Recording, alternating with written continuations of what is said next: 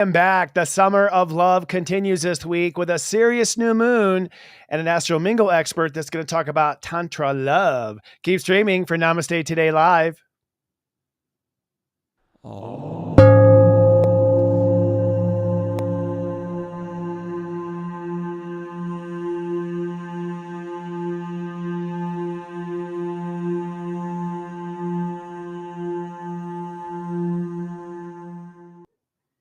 Welcome to Namaste Today Live. I'm your host, psychic astrologer, the sensei to Sirius Joy, Christopher Witecki here to be your cosmic guide and your spiritual tour guide to the ascension process. Hello, everyone. So nice to see you. We're streaming live right now. This is a live program on YouTube, Facebook, LinkedIn, X.com, and also Instagram. If you're in our super chat, hey, please do tell us where you're watching from and what your astrology sign is. We'll say hi to a few people. Hello, Neptune Girl. Hello, Jessica. Sydney, always a pleasure. I know you are a Leo. Erica, hello. I just saw you 20 minutes ago. That's amazing. Experimental Elemental, hello. It's so nice to see Christina. Oh, we've got actually interesting. We have Restream advertising in our own stream there. And Jessica Rossi. I missed you all as well, folks. It was I have a lot to share. It was a pretty intense new full moon last week. I was on Mount Shasta, and we have a lot to talk about this week as well. In fact, this week in astrology, we have Neptune retrograding on July 2nd. That's a big deal because it means the new timeline is out. The sun is squaring the nodes on the same day, which means God Universe is going to make sure you know the way to go.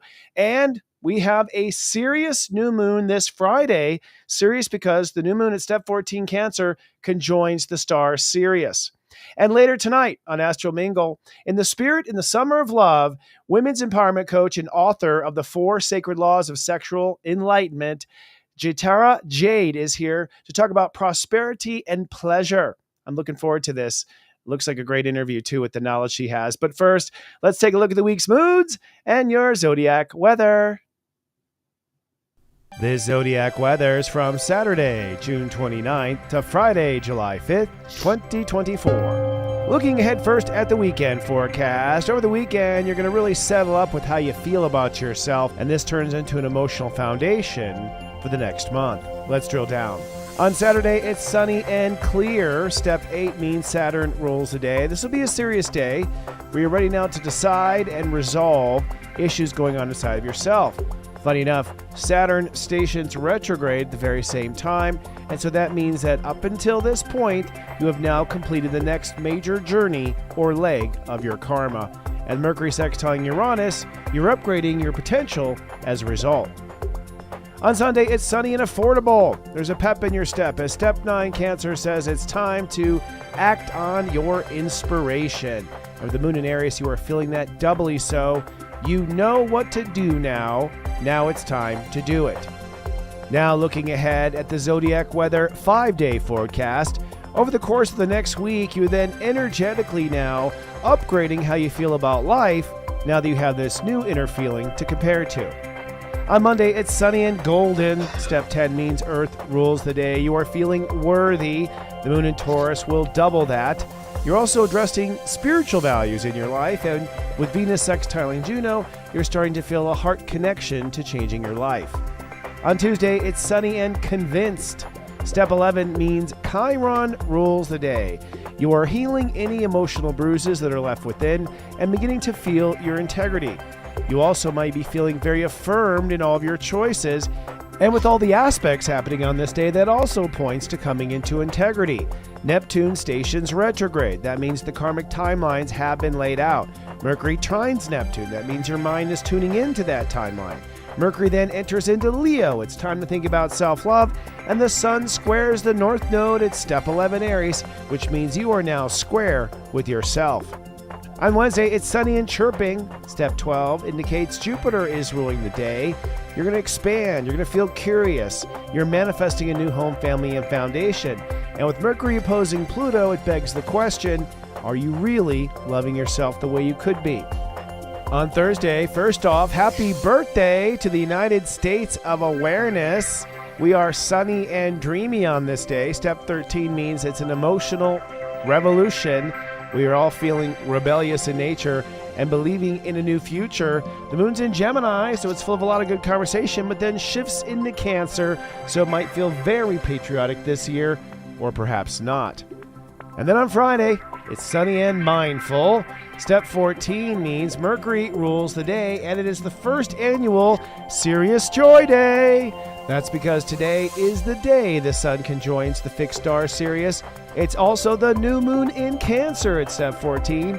We are feeling certain. We are continuing with the new line of thinking.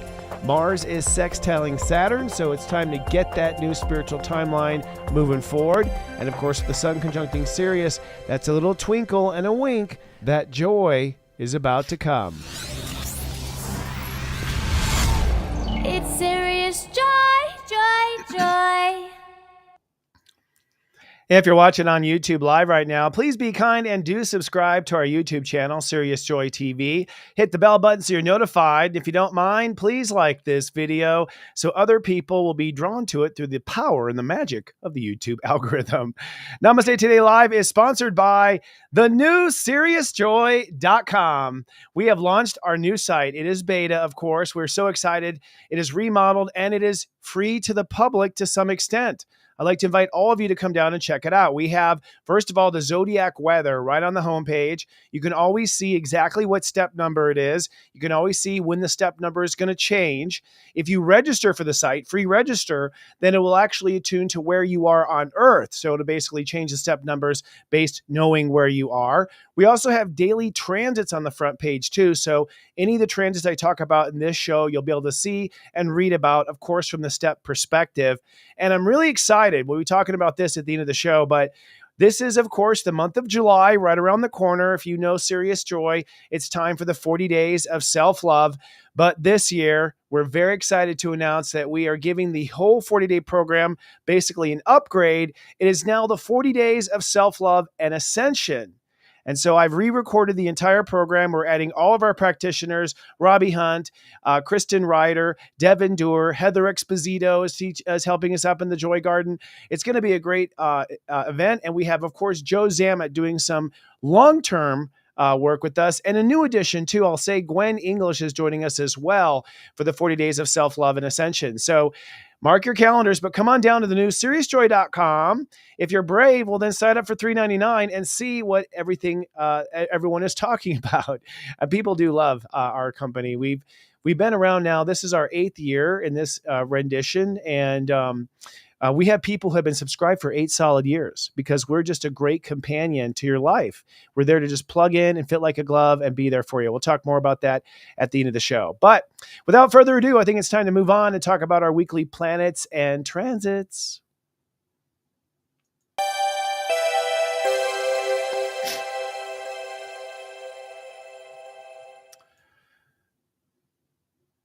Oy vey, things are really intense. I hope everyone is doing okay. We have a lot of turbulence going on as predicted. What's happening is a transformation of how we think and feel about ourselves and what we think and feel about ourselves. That's ultimately what's happening under the hood. And I'll get into the depth of what that is for everyone. First, I want to say thank you for, your patience. Last week, I was at Mount Shasta at the Lemurian Life Expo, which is hosted and created by Ruben Langdon. It was a great show. I was there with my friend Devin Doer, who's also on Sirius Joy, one of our stars at Sirius Joy and LOL. And we just had a great time connecting with some viewers who came up and said hi. So it was so nice to meet you, and people pitching us their spiritual projects. So that was interesting too, from a Unite the Light perspective. But also just meeting Wendy Kennedy, who's amazing. Her brother Brian, who's one of my new besties now. So our family's just expanding and growing. For myself, I had another hit. I had another reboot energetically. I remember I joked about it. I was a little nervous about going because the last time I went to Mount Shasta, I had a bit of a breakdown. I mean, just an energetic breakdown where sort of like you're panicking and something's wrong and you can't figure out what's the matter. Well, this time I feel all cleared out, and sure enough, about a day in, boom, I had another energetic reboot. I now believe that it's because that Mount Shasta is the Net 9 mountain. It's step 9. It's the root chakra of Mother Earth. And so I feel like as a 9 and have so many 9s in my energy that I feel like I was rebooted or upgraded to the next 9. So that's what I felt. It was intense though. There was a full day where I was feeling sick. I was questioning if I'd even go to the event. And Wendy was so kind to give me a healing, which was darn effective and turned me around, which I've never actually had an energy healing work so obviously. Like I've never had someone hover and then just have everything get fixed right there magically. It was quite a moment in lots of ways. And the mountain is beautiful. She's just so majestic and beautiful to look at. You just find yourself constantly staring at it. It's just got the perfect shape, like, and the snowbanks were perfect. So it was nice. It was a great time. And so thanks to everyone who was out there. And thanks to everyone who bought a ticket. There's a lot to share about the galactic voices and what the galactic voices are saying, but I will just share, my takeaway, especially since we have a new moon conjoining Sirius this Friday. And there's a reason for that. When you have a new moon that conjuncts a fixed star, the fixed star's energy is basically mixed in to the lunar event. All right. And the thing about stars is they're so far away, it only counts if it's within a 1 degree conjunction. Otherwise, it's not really. It's like a laser. So stars are more like lasers. They're like a shot of a laser that can hit a planet, hit an aspect, or hit something like that. When it hits the new moon, it means the entire seed of this next new moon is, let's say, pregnant with Sirius energy. Seriously. And so what that means, and I'll talk about it in more detail, is that we have an intergalactic influence really coming in at a very important time. And I'll explain why I feel that is later. When I was talking to Wendy Kennedy and other people at the event, it seems that, the extra dimensionals, there are absolutely other consciousnesses that we're in full contact with who people are psychic and whatnot and channel. And the conscious are all saying that the earth is about to go through a major transition, which begins around this fall and goes through 2027. Everyone is in agreement that that's going to be the case. What I came to realize, myself personally, is that those of us who've done the ascension work are really going to not feel any real pain. I don't think there'll be pain of, excuse me, I'm still healing this chest thing, as so many people are right now. It's really going around. If I have to mute myself to cough, I will. But nonetheless, what we've come to realize is we're just going to keep getting happier and happier. And I believe what's going to happen is, ultimately it is the pursuit of your Sirius Joy. And it's so funny, naming the company Sirius Joy and how far things have come, but your pursuit of joy is what continues, sort of like a tent post that lifts the curtain of 3D and starts to go to a 5D. Notice how I started to disappear at that point. See, that's all part of our special effects. So interestingly enough, the extra dimensionals are holding space, but humans have to grow up and do this next moment on their own, is what it sort of seems. And I do think we have a lot of help and guidance and teachings and all sorts of stuff. And I'm sure they're buzzing around, helping us as well in other areas. That said, as we move now with this understanding of intergalactic and cooperation, where are we in the big picture of this transition ourselves? I believe that we've spent this entire year facing our karma, ending certain patterns with ourselves. And, basically it's the ascension process of coming out of low vibration into higher vibration. The way that's experienced as a human being is higher highs and less lows, disconnecting from our codependence with each other, becoming galactic dependent, and with means God consciousness and above, and being our own creators of our own destiny. I believe, in essence, what I've discovered since I've, in the last 2 weeks have been really hard. I'll talk about the full moon, lots of blowouts with family. I had lots of blowouts with certain situations, past life situations. It came to a head. I was very surprised that it came to that, but I forgot, it's a full moon. So people's emotions, were high. But what I came to realize is that, the formula between Earth 2 and Earth 3, or struggle bus and rainbow bus, whichever you want to call it, the difference between the two is struggle bus is that you believe you have to get the cooperation of the world for you to be happy. So if you believe that the government has to go your way, or the presidential race has to go your way, or everything at work has to go your way, if the world has to change for you, you're going to struggle. That's ultimately what it is. You're going to struggle. If you realize that you are connected to the world and that you are what's making your world happen, and the sun rises and falls on you, I believe you're on the path to what we call Earth 3 or 5D or the age of Aquarius or any other term you want to give it. You're on the way. And I realized, this is what I realized at Mount Shasta. These are my Shasta realizations.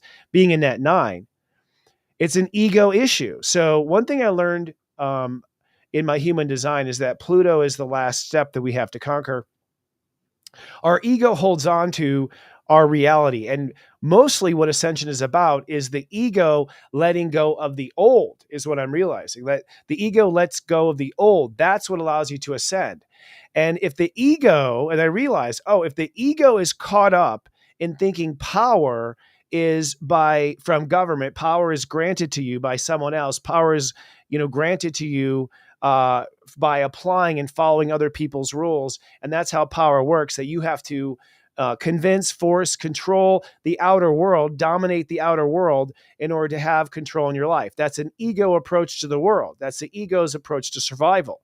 If you tell your winged ego, actually, you don't even have to bother. If you just vibrate on a higher level and get yourself in a good mood, then you'll just find that all the nasties go away and the cool people show up. Try it. Right. And that's kind of where we're at. That's the two. That there's different magic here. And I see how we ended up down this path when we went down the Dark Ages. We blew up Atlantis, then we forgot we created reality, and then the slave owners came in and said, you have to do what we say. And we're like, we do. And they're like, yeah, or you won't eat, or whatever, spears, swords, whatever. And we're like, okay, fine, we'll do what you say. And it's been that way for 2,000 years, right? And now we're just waking up and go, wait a second. So we've come to realize this, and this is the split in my opinion. Now, we had, the I sense realization of Neptune in high degrees of Pisces, that we now spiritually understand what our lessons are. We had the Grand I Am in Aries with the solar eclipse in 19 degrees.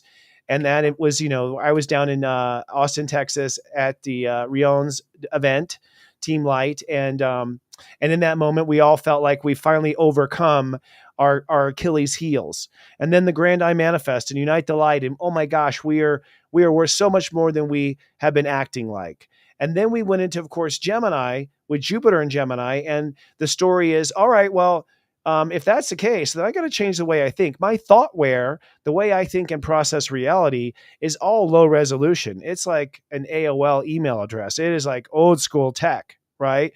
I need to upgrade my thoughtware to be, including all these changes that's happened. I'm now no longer afraid of ghosts. I now overcome my weakness. I'm my Achilles heel. I'm now priceless to myself. So my thoughts, my conversation with myself needs to be on the level. And then we come into Cancer. Okay. And Cancer in astrology, again, I'm going to disappear on y'all.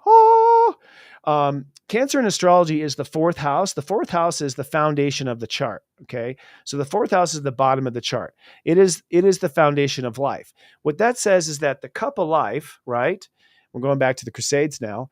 That cup of life is your feelings. Your feelings are actually the Holy Ghost they're talking about in Father, Son, and Holy Ghost. The ghost of life is your emotions, your fourth house. So now that we're in Cancer, we're going to have a couple of major transformations on a collective scale, in the sense that, one, this year, as the sun goes through Cancer, we have to clear out our emotional field and really release all the emotional trauma and release all the emotional baggage that is still accumulated at the bottom of the fish tank here, okay, of our foundation, that is still accumulated. And yeah, we are clearing out all the spiritual stuff on the high vibes all through the year, and the ego and the manifestation and the thoughts, but we haven't flushed the toilet, basically. Now, many of us have been sick. I still have a voice change going on, all this stuff. And a lot of it's because we're flushing the toilet. We're getting all of the stuff out. So you need lots of water. vomiting, diarrhea. These are things that happen when people have to flush out the frequency out of the water in their body, being 70% or more water, right? So that's happening. And so part of this is being facilitated. Let me go to another step to this by 2 full moons in Capricorn. We had a full moon last Friday, a week ago, at 1 degree Capricorn. And that Friday full moon was us emotionally divorcing a part of our pain or a part of our emotional process that we no longer seek to have, and making a decision that we're not going to emotionally go there ever again. That full moon turned into a lot of conflict in my life. But I realized at that moment, you know what? That's the last time I'm going to be made to feel that way in a situation. That is the last time. So I felt a finality. We then have, of course, on July 21st, we have another full moon at 29 degrees Capricorn. And that is going to be when we emotionally divorce from our emotional codependence to society. And I know what you're saying. I'm not codependent to society. Oh, how quickly do you check the news or go to Twitter or see if anyone has liked your profile? We have emotional codependence to society. Okay. We allow the world to ruin our day. If you allow the world to ruin your day, you are emotionally codependent with society. Okay. Entangled, if you will. All right. So the second full moon will be that snip. So this Cancer season in 2024 is going to be, all right, let's cut out all the emotional tumors. And that's what I call them. I'm calling them on SiriusJoy.com emotional tumors. That's really what it is. And I have realized that an emotional tumor, which is like this painful spot in your emotional self, this tumor, if it's not healed, I do believe turns into the disease cancer. That's my personal belief on the matter, and why they are both named the same thing, that emotional tumors turn into human body tumors. But we are going to remove all these tumors, these emotional tumors, and we're going to heal it and replace it with nice emotional comfort zone energy in this Cancer transit. Then we're going to go into Leo at the end, on 22nd, actually, because of leap year, it's all happening a day earlier this year. We're going to go into Leo. And at that point, we have the 40 days of self-love and ascension, where we then, adding to this good home that we've created inside of ourselves, this good emotional nesting pot, now that we have this clean, botanical inner water garden for our feelings, and it's all pure water and there's no fluoride in that stuff, then we then go and plant a new seed of love and desire, a new magic bean, a new dream, a new wish upon a star in this Leo transit.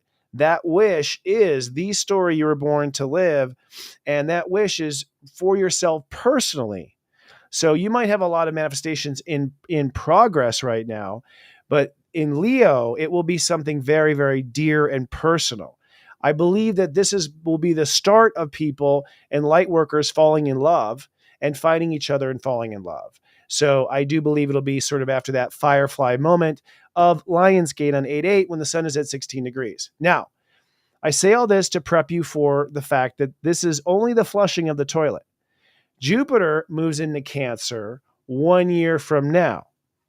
And when Jupiter moves into Cancer, we're going to take this new healed emotional honeypot, and we're going to expand it to be able to nurture and create a new sense of home, a new sense of family, a new sense of extended family, a new sense of light body family, a new sense of galactic family. So we're going to create a new Earth home foundation that is ready for the new Atlantis, 5D, Crystal Cities, and also, of course, galactic friends.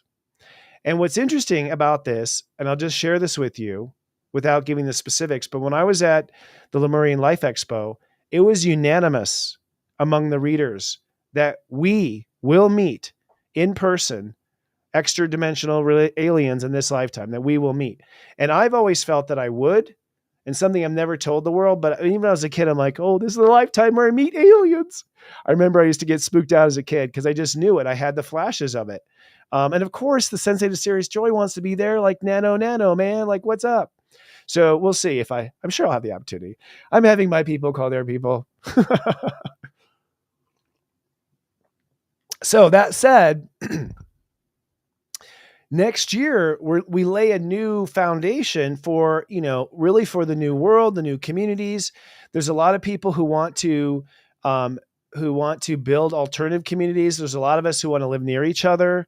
A lot of us are starting to migrate to the same cities now, and we're starting to hang around and buzz. There's some high vibration cities. One high vibration city is Nashville, Tennessee. That's why we're doing Unite the Light in Nashville next year. So that is on course. By the way, I'll just say we are looking at the exact same dates because we're realizing that we will celebrate it every year on Unite the Light's birthday. That basically from this point forward, it'll always be a birthday party that we're coming to every year called Unite the Light. It's our birthday party where this group of family of light was born, right? So let's talk about how this all boils down. Now, first of all, for the entire month, this month, I'm coining the month, the grand I feel. So the grand I feel is this month. The grand I feel is also what I'm calling for the theme of this week, because this is where you start to get really rich in how you feel. And we're starting to count on how we feel. And we're starting to look at our feelings as our guidance. I always use my feelings as my guidance, but now I am allowing it to override the mind and allow it to guide me to places that are frankly very foreign and unfamiliar, but it feels right, so therefore I shall. So this is a month of feeling different about our life, and it's amazing. But if you change how you feel, you change everything. Because step 2, as basically in the step system, it goes, of course, 0, 1, 2, etc., all the way to 11. I become. So 2 is the second, the third one in. So if you change how you feel, you change every step afterwards. So changing that fourth house, the fourth house is the same thing, the foundation of the chart. You change that emotional foundation, you change every step that follows, right? So that's why, you make someone feel bad, you throw them off balance, they can't do anything. That's why if the food we're eating is poison and toxin, with toxins, and we feel bad, well, then every step down the way doesn't work. And so you can make a person feel bad just from something bad in their food. You don't even have to hurt their feelings per se. So this month is the grand I feel. And the subtitle of the month is Breaking Emotional Chains. We are breaking emotional chains. So what we ultimately are doing over the course of this month is that we are opting out of emotional manipulation situations. That's what I'm finding so far. It's like where I was worried about their feelings, and so I was stifling my feelings to protect their feelings. And so I was being controlled, consciously or subconsciously by how they were feeling. And so, what we're doing is we're saying, okay, let's stand down and quit allowing this, this codependent bouncing back and forth, these emotional chains. Other emotional chains are people who put you in guilt trips, people who always say you're not good enough, people you're trying to earn your love to, where you are just on this treadmill, and the truth is you are putting your emotional happiness in the hands of someone else, which, as we're learning, is a muggle thing. That's a muggle move. To put your emotional happiness in someone else. You are a light being. You have the capacity to vibrate to any color you want upon command. So there's no need to even worry ourselves about what the Kardashians are doing, right? Or who's voting for who. That's silly, frankly, as far as our history is concerned. And we're coming out of that silliness really this week, interestingly enough. So now what's going to happen in the course of this week is that you're going to end up flipping your attitude on how you feel. That's what the Sirius new moon is on Friday. And by the way, we're now calling that Sirius Joy Day. Yay! Sirius Joy Day is now going to be when the sun conjunct Sirius. Sirius Radio didn't claim it, so they lost it. I got it. I'll be the first. I'm sorry, all you Sirius brands out there. We're more serious. But no, Sirius Joy Day is going to be on Friday, and every year when the sun crosses Sirius Joy Day. Now, Sirius Joy Day has another name in ancient astrology. Do you know what it is? Lionsgate. Lionsgate is actually supposed to be was in Leo back when it was found in the ancient Egyptians, because with the precession of the equinox, Sirius was in Leo at the time. So Lionsgate is Sirius Joy Day, but now Sirius has progressed to Cancer, 14 degrees Cancer. And so now what is Lionsgate happens in the middle of Cancer, and that's when the Earth gets its enlightenment twinkle from the Sirius stars, the stars of Sirius. Now, what that ultimately is 14. It's a step. So Sirius is at step 14.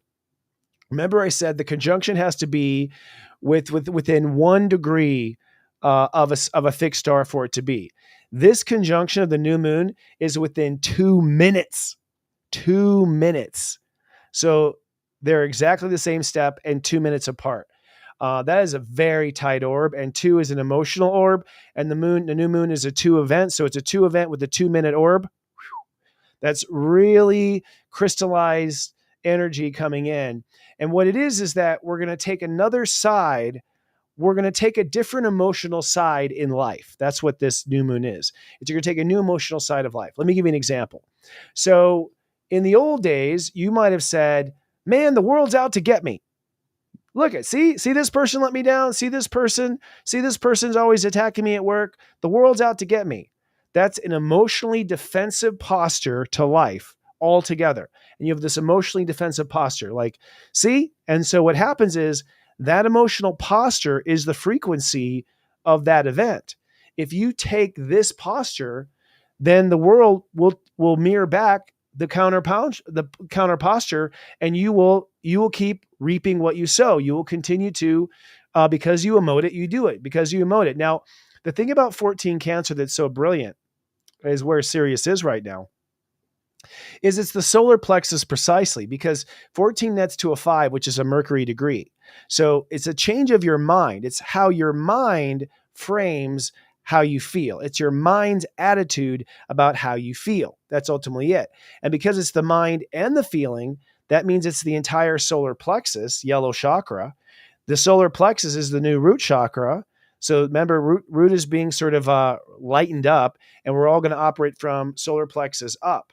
So what this new moon is doing is re-encoding solar plexus with a different attitude on life. That solar plexus is literally putting out your LiDAR, your yellow LiDAR, your spiritual LiDAR. So it's spiritually LiDARing out there in the world, bouncing off of other people with the same hint of yellow that you have. That's how we sort of law of attract, and so we sort of feel people. Certainly sort of how we feel like someone in public, like, woohoo, who's that? LiDAR, right? That kind of thing.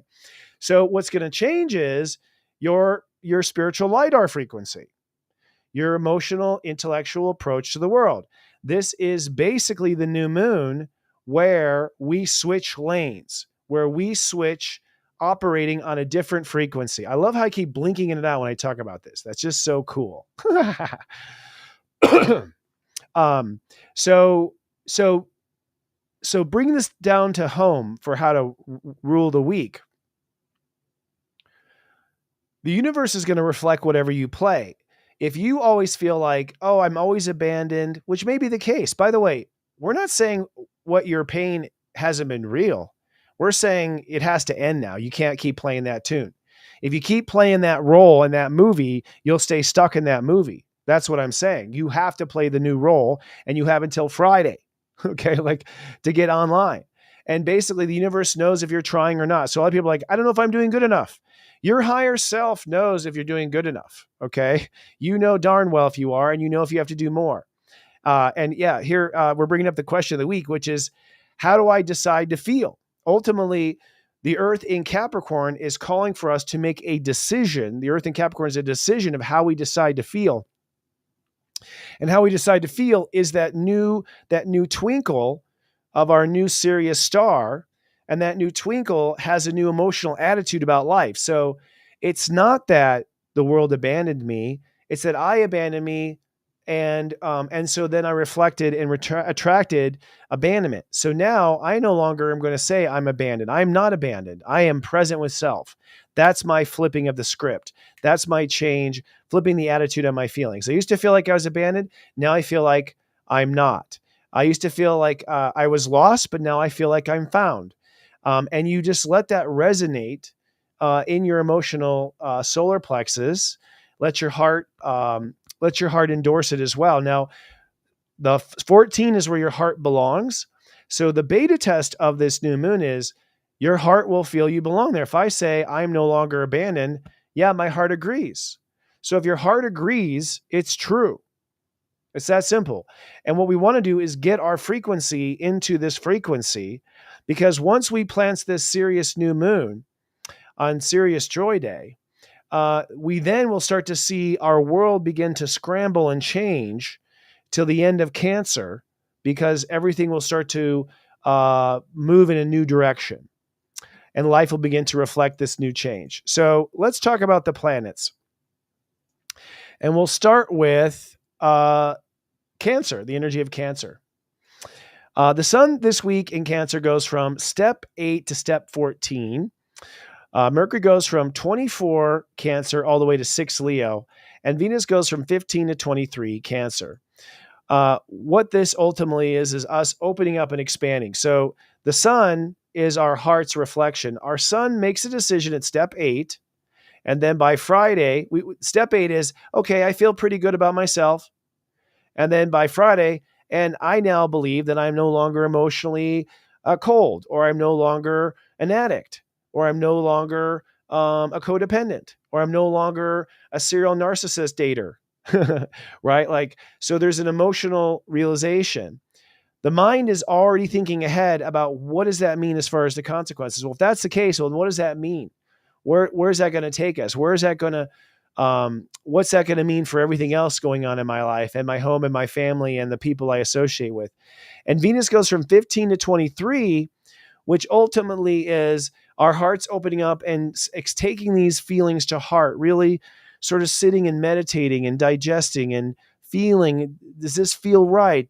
Is there something slightly off? And remember, because we're getting new thoughtware and we're reprogramming our thoughts, our feelings are our only and our best guide right now.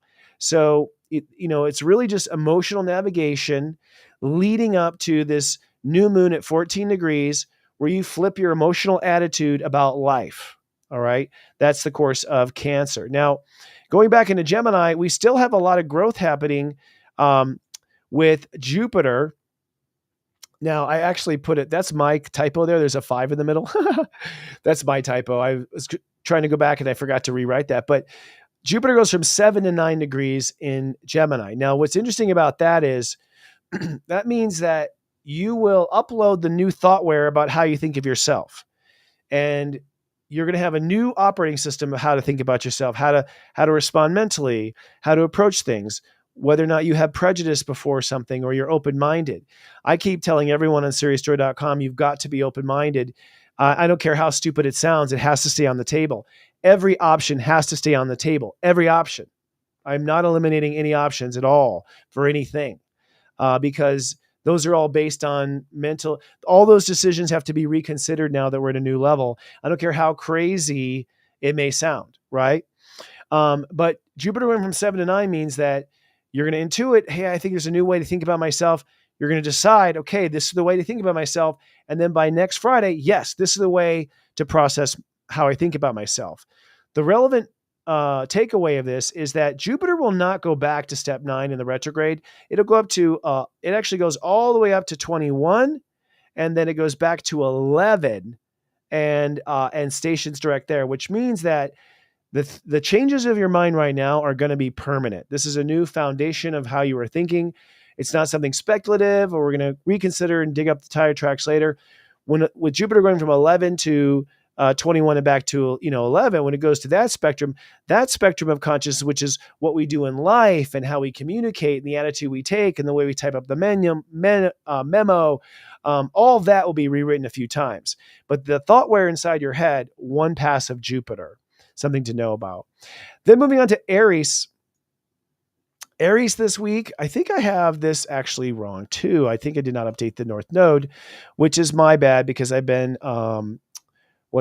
distracted. Hold on a second. I'm going to look at another source here. Yeah, no, that's correct. It's 11 to 10. See, there you go. Doubt yourself, and there you go. So the North Node goes from 11 to 10. And the reason I was fixated on the 11 because we have the sun squaring the North Node at 11 coming up here in a couple of days. And that square is like, 11 is integrity, is what I become. So basically our ego, when the sun at 11 Cancer squares the north node at 11 Aries, and then Jupiter has just done all that inner thought where we know what we have become. We know what we are becoming. We know what we are going to become. So there's no more this anomaly of like, am I a this? Am I a that? Am I a this, that, this? It's just going to be like, nope, I am. It's the grand I am, and I can feel it and I know it. And that's the thing, because the sun in Cancer, I can feel it, and scoring the north node in Aries, my ego knows it. So there's a real pronunciation of identity this week where you really just go, yes, this is what I'm becoming. And I think it is what we are becoming. The Chiron at 23, we are healing the story. So, because we're changing how we feel about everything and we're getting rid of our old feelings and our emotional tumors, it changes the outcome. Like I always thought I'd end up alone. Wrong, says Chiron. I always thought I would never find the right I always thought that I'd have to borrow the money to get it.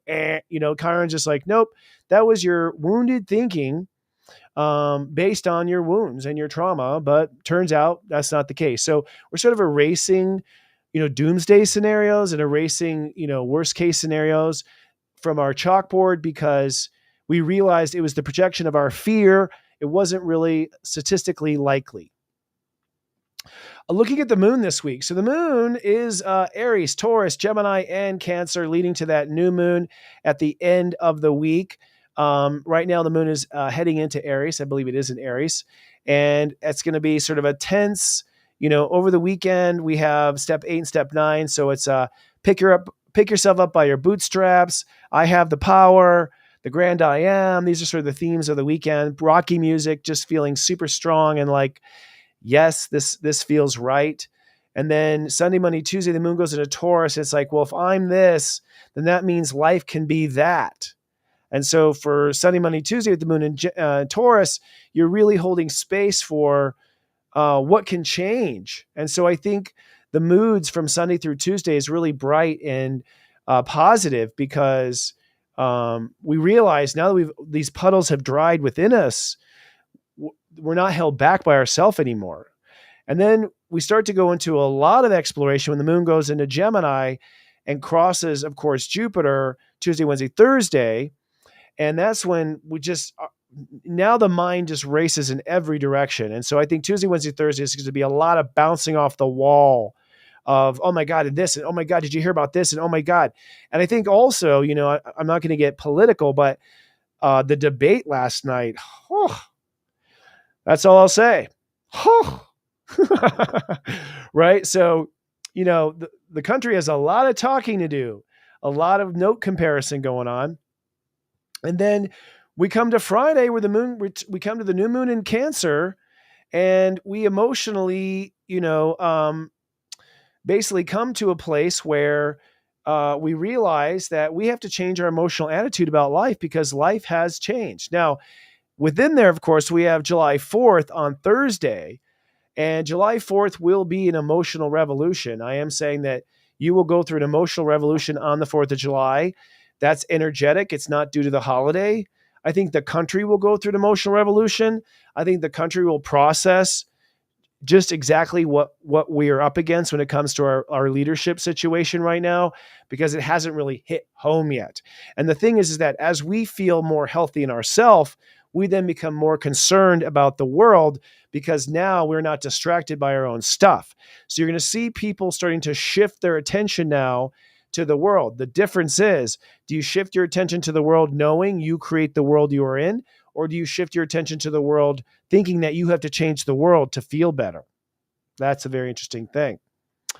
All right, stay tuned. Moving on to Taurus, Uranus at step 25, holding space here for spiritual, basically. So Uranus at 25 is a number of things. I channeled a number of messages about this week. One is that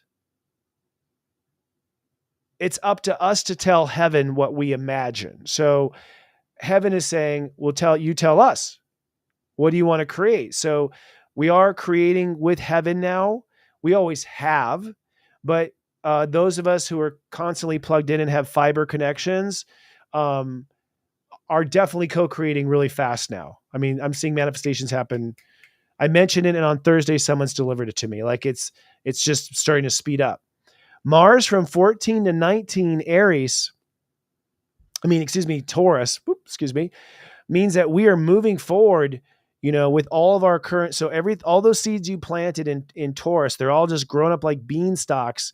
Everything's just growing and growing and growing. So we are feeling there is a lot of material growth that's happening. Mars will conjunct Uranus at step 26, I believe on the 21st of this month, the first day of right before we're moving into Leo. No. Yes, Mars conjuncts. And that'll be pretty powerful as well. So we'll talk more about that. Moving on to Gemini. I already talked about this. Not Gemini, excuse me. We'll go moving on to Pisces. Forgive me. In Pisces, we do have this, the only thing to know in Pisces is that we have a 10-degree orb between Saturn and Neptune. Both are going to retrograde. We have Neptune retrograding on July 2nd. Neptune retrograding on July 2nd basically means that God has unveiled now everything that must be known for the transition. There's no more karma to be witnessed. There's no more patterns to be repeated. There's nothing else to say. Basically, from this point, you've been told everything, children, and now it is time for you to either learn from that or not. And Neptune retrograde is that you apply what you learned or not, okay? Saturn at 19 says it is now time to manifest, 19 net 10, manifest the new spiritual timeline. And so the 10-degree orb between the two, 10-degree orb means that we are literally manifesting the new spiritual timeline. That spiritual timeline is ultimately what you emotionally choose on Friday. So the last vote for the timeline shift is Friday. Neptune pulls out first, and Saturn retrogrades. Saturn's right around the corner here. Or is it already? I'm a little lost on where Saturn is right now. Sometimes I timeline jump and I cannot remember where we are. I'm looking at this chart here. We'll see. I'll come back to that. All right. So lastly, let's look at Aquarius and Leo. We did this together. No, we didn't. All right. So Aquarius, we have an opposition that's going to happen this week. Mercury is going to move out of Cancer and into Leo, and Mercury will then oppose Pluto at the end of the week in an opposition at 1 degree.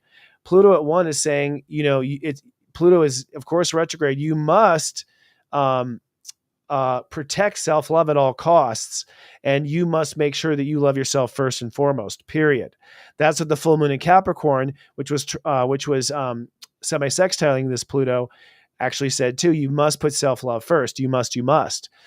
So when Mercury opposes Pluto later this week, your mind will have to sort of be reprogrammed, because you're probably going to catch your mind not on the program. So it's about staying in alignment with self-love all week long. Just keep your eye on your heart. Then, of course, in Leo, we have Mercury goes from 0 to 6. And so our mind is going to really be thinking about, how self-loving am I really mentally with my heart, step 1, my feeling, step 2, my belief, step 3, where I belong, step 4, what I think, step 5, and what I open up to, step 6. So you're really doing an audit of just how well your mind handles love in the first place. And then probably the biggest headline, Black Moon Lilith in Libra. Black Moon Lilith in Libra. I don't know if we have a graphic for her or not. We may or may not. She is now at 0 degrees Libra, and she's moved out of Virgo this week and moved into Libra. And this does mean that for the next 18 months, is that correct, or is it 9 months? I'm going blank on my cycles today. I think it's 9 months. For the next 9 months, yes, it's 9 months every 18 years. That's what it is. We're going to be facing all of our fears and trauma around the times we have let ourselves down. So this is when I dropped the ball. I didn't go enough. I quit right before the end. I asked the wrong person to marry me, and I lived unhappy that whole life. Those big regrets with yourself, those are coming up now. So it's not that you're going to have the big regret again. Thank you. I saw him working on the graphics, like blinking in and out of reality, coming through 5D there. Black Moon at 0 degrees Libra.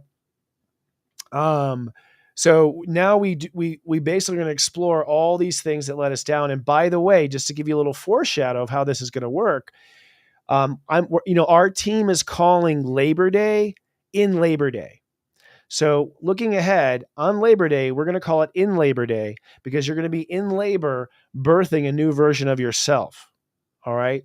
And you are creating that new version of yourself right now by making different emotional choices. You're putting the ingredients in with your thoughts and your choices and what your heart focuses on in the 40 days of self-love and ascension. So Labor Day is sort of the goal when you want to know that you have to have everything in place with yourself. And you know what's funny is it's on Labor Day that Black Moon Lilith will conjoin the South Node at 6 degrees Libra. So that is the death of the old mirage of ourself, the death of the old connection to ourself. All right, so let's take a look now at the planets real quick. And if we can, terrific. So keep streaming. Jaitara Jayde, I love that name. She's a women's empowerment expert, will be our guest on Astro Mingle later tonight. Cannot wait for that.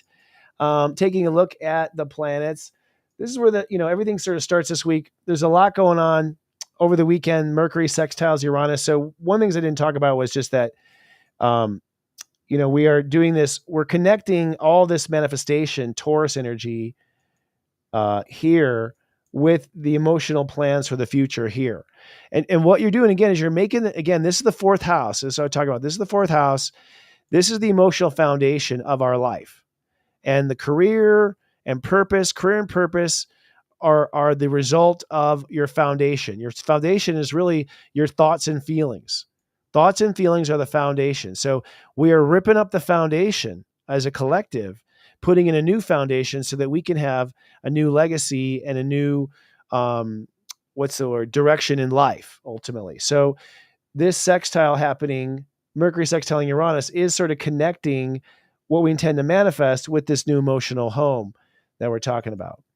Then Saturn, Saturn retrogrades tomorrow. I knew I was frying out. Saturn retrogrades tomorrow and Neptune retrogrades on Tuesday. And so that means that basically the new timeline choices have been installed. Like the decisions you made in the last, couple weeks since really Unite the Light were the last touches to a new life. And Neptune will retrograde on July 2nd. Then we start the month on July 1st. So July 1st starts on step 10. Step 10 is manifesting that new inner emotional foundation for ourself as we start then. And Neptune then retrogrades again on the 2nd. Now Neptune. So we are fully retrograded in the karma. Now, if you're wondering, it's like, what? So-and-so got away with it. Happened. What do you mean the karma's over? No, it's that the setups, the option to end your bad habit is over. That clock has stopped ticking. You've shown God if you're going to do it or not. And now the consequences will roll with these two retrogrades. So we're going to see a lot of karmic consequences rolling in. It's interesting to see what Supreme Court decisions happen after these retrogrades, because those are the karmic ones. So Mercury trines Neptune again. Mercury at 29, trining into Neptune at 29. So we have this, we're wiring together these spiritual changes. Mercury then moves into Leo. Notice Vesta's at step 5. So, make it an altar of loving yourself is what Vesta's saying at step 5 there. Then the sun squares the nodes. We'll be talking about this in the horoscopes here. But the sun at 11 squares the north node at 11 and the south node at 11 Libra. This is an integrity turning point right here, where you're basically saying that's the last time I'll ever be yelled at again, or something like that. You've realized you've come to some sort of you've reached some sort of a line. And what that does is reaching that line then determines where the ego is going to go, and it determines what relationships are going to go. So I would say, expect breakups anytime after July 2nd. And I do think a wave of breakups is going to happen. Then, of course, Mercury opposes Pluto. I talk about that, but Pluto at 1 degree. Mercury, actually, this is not, I did the wrong time here because it's at 2 here. It should have been at 1. But this opposition is the mind sort of arguing about, well, what is high enough self-love anyways? And the truth is that, thank you, Robbie. I see your message. Saturn retrogrades tomorrow. Yeah, I just found it in the charts. I was like, oh, yeah, that's right. I just get so mixed up. We, as a staff, are like analyzing September. I just recorded a pep talk for tomorrow. It's just like, I'm just up and down in time all the time. So anyways, Mercury opposing Pluto. Mars trining Juno here is kind of interesting, just in the sense of Juno's at 18, and Juno's like where you really need to make long-term love, so to speak. And Juno's saying you're really going to make friends with reality. People, we have to be friends with reality. You have to be connected to now, be healthy now, not, take toxins out of your body. And Mars is saying, hey, your value is equal to how healthy you're living in the moment. So healthy lifestyle brings abundance, says the stars. Then we have the new moon. So we have Mars sextile Saturn. I'll do this real quick one here, but this just, again, Mars here, Saturn 19. So again, connecting. So we've had, connecting the new home to what we're building, connecting the spiritual life to what we're building. So everything is being wired and integrated. And then of course we end with the new moon, the Sirius new moon in Cancer. There it goes. Look at that. 1423, 1423, 1425. Very interesting. My book will reveal what the minutes mean. But I cannot talk about minutes until my book comes out.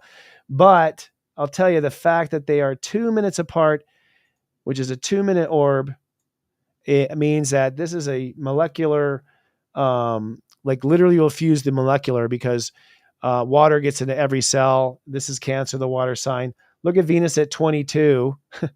So this is a 2, and this is a 2, and this is a 22. What this ultimately is a major emotional frequency shift. You may, on the other side of this new moon, no longer feel like you are into it anymore. All right. And Mars is at Grandmaster step 19, manifesting Taurus. It is still sextiling Saturn 19, manifesting the new path. We have a new mindset about loving ourselves. It's a whole new day with facing trauma about ourselves. It's go time with the new thoughtware. Jupiter at 9 is running the new thoughtware now. Afraid that the thoughtware can either be based on fear or light. There's the two Geminis. Look at how in Gemini we have the option of fear, Waldemoth, or light, Jupiter. Fear or light. There's the two Geminis. Fear or light. I always say good or gooder. All right. Okay, let's undo screen share, please, because I can't do it manually myself now. Thank you, Adam. So ultimately, this new moon, as you can see, is a quantum shift of that you're going to feel differently about life. You may completely change everything. That now you live in the country, now you live in the city, now you live in this state, now you live in that state. Again, it's Cancer, so you're creating a new home inside yourself. You're creating a new home in how you live inside yourself. And you may create this new home inside yourself and then move to a new home as a result. I know a lot of people who are suddenly moving and migrating to different parts of the country and the world because we want to feel at home. All right. And I would say it's an excellent time now to go steep yourself some tea. This is a trick. Do this around the microphone. And let's have our tea time.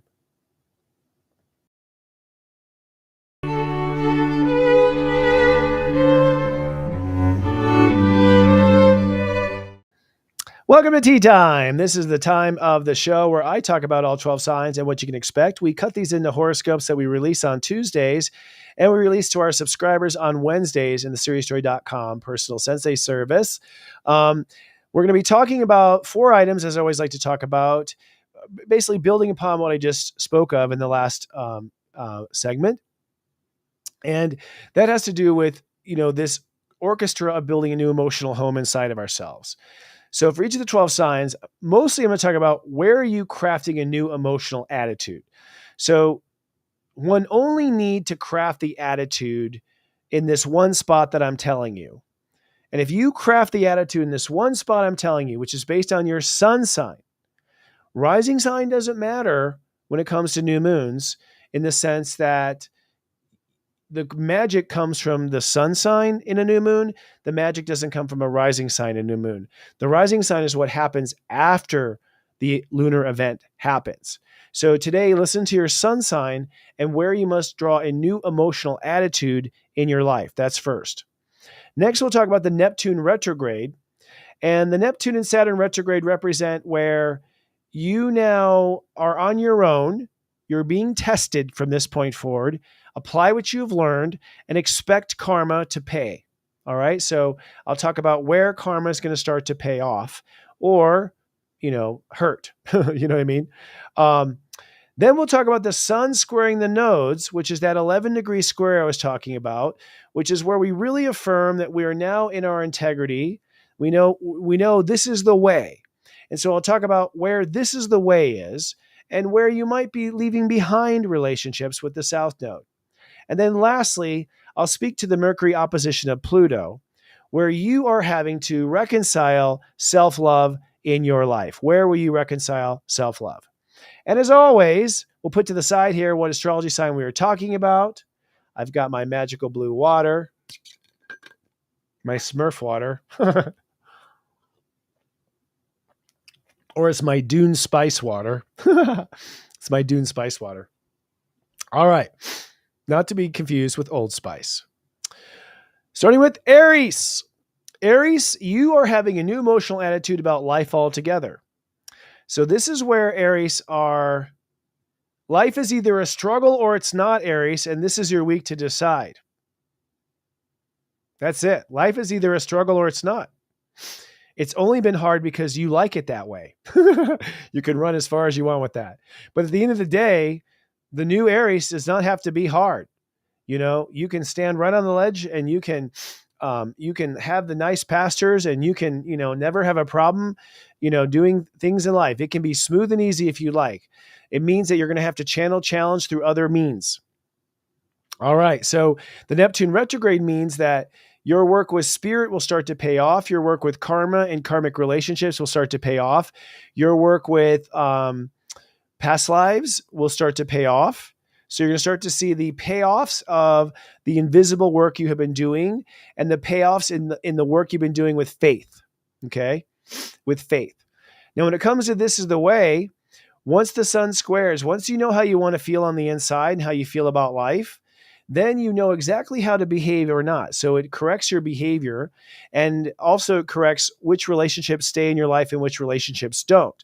So around step 11, which is July 2nd to July 3rd to July 4th, I'm expecting sort of a revolution in how you feel about yourself. And that could create quite a revolution or stir up in your relationships, FYI.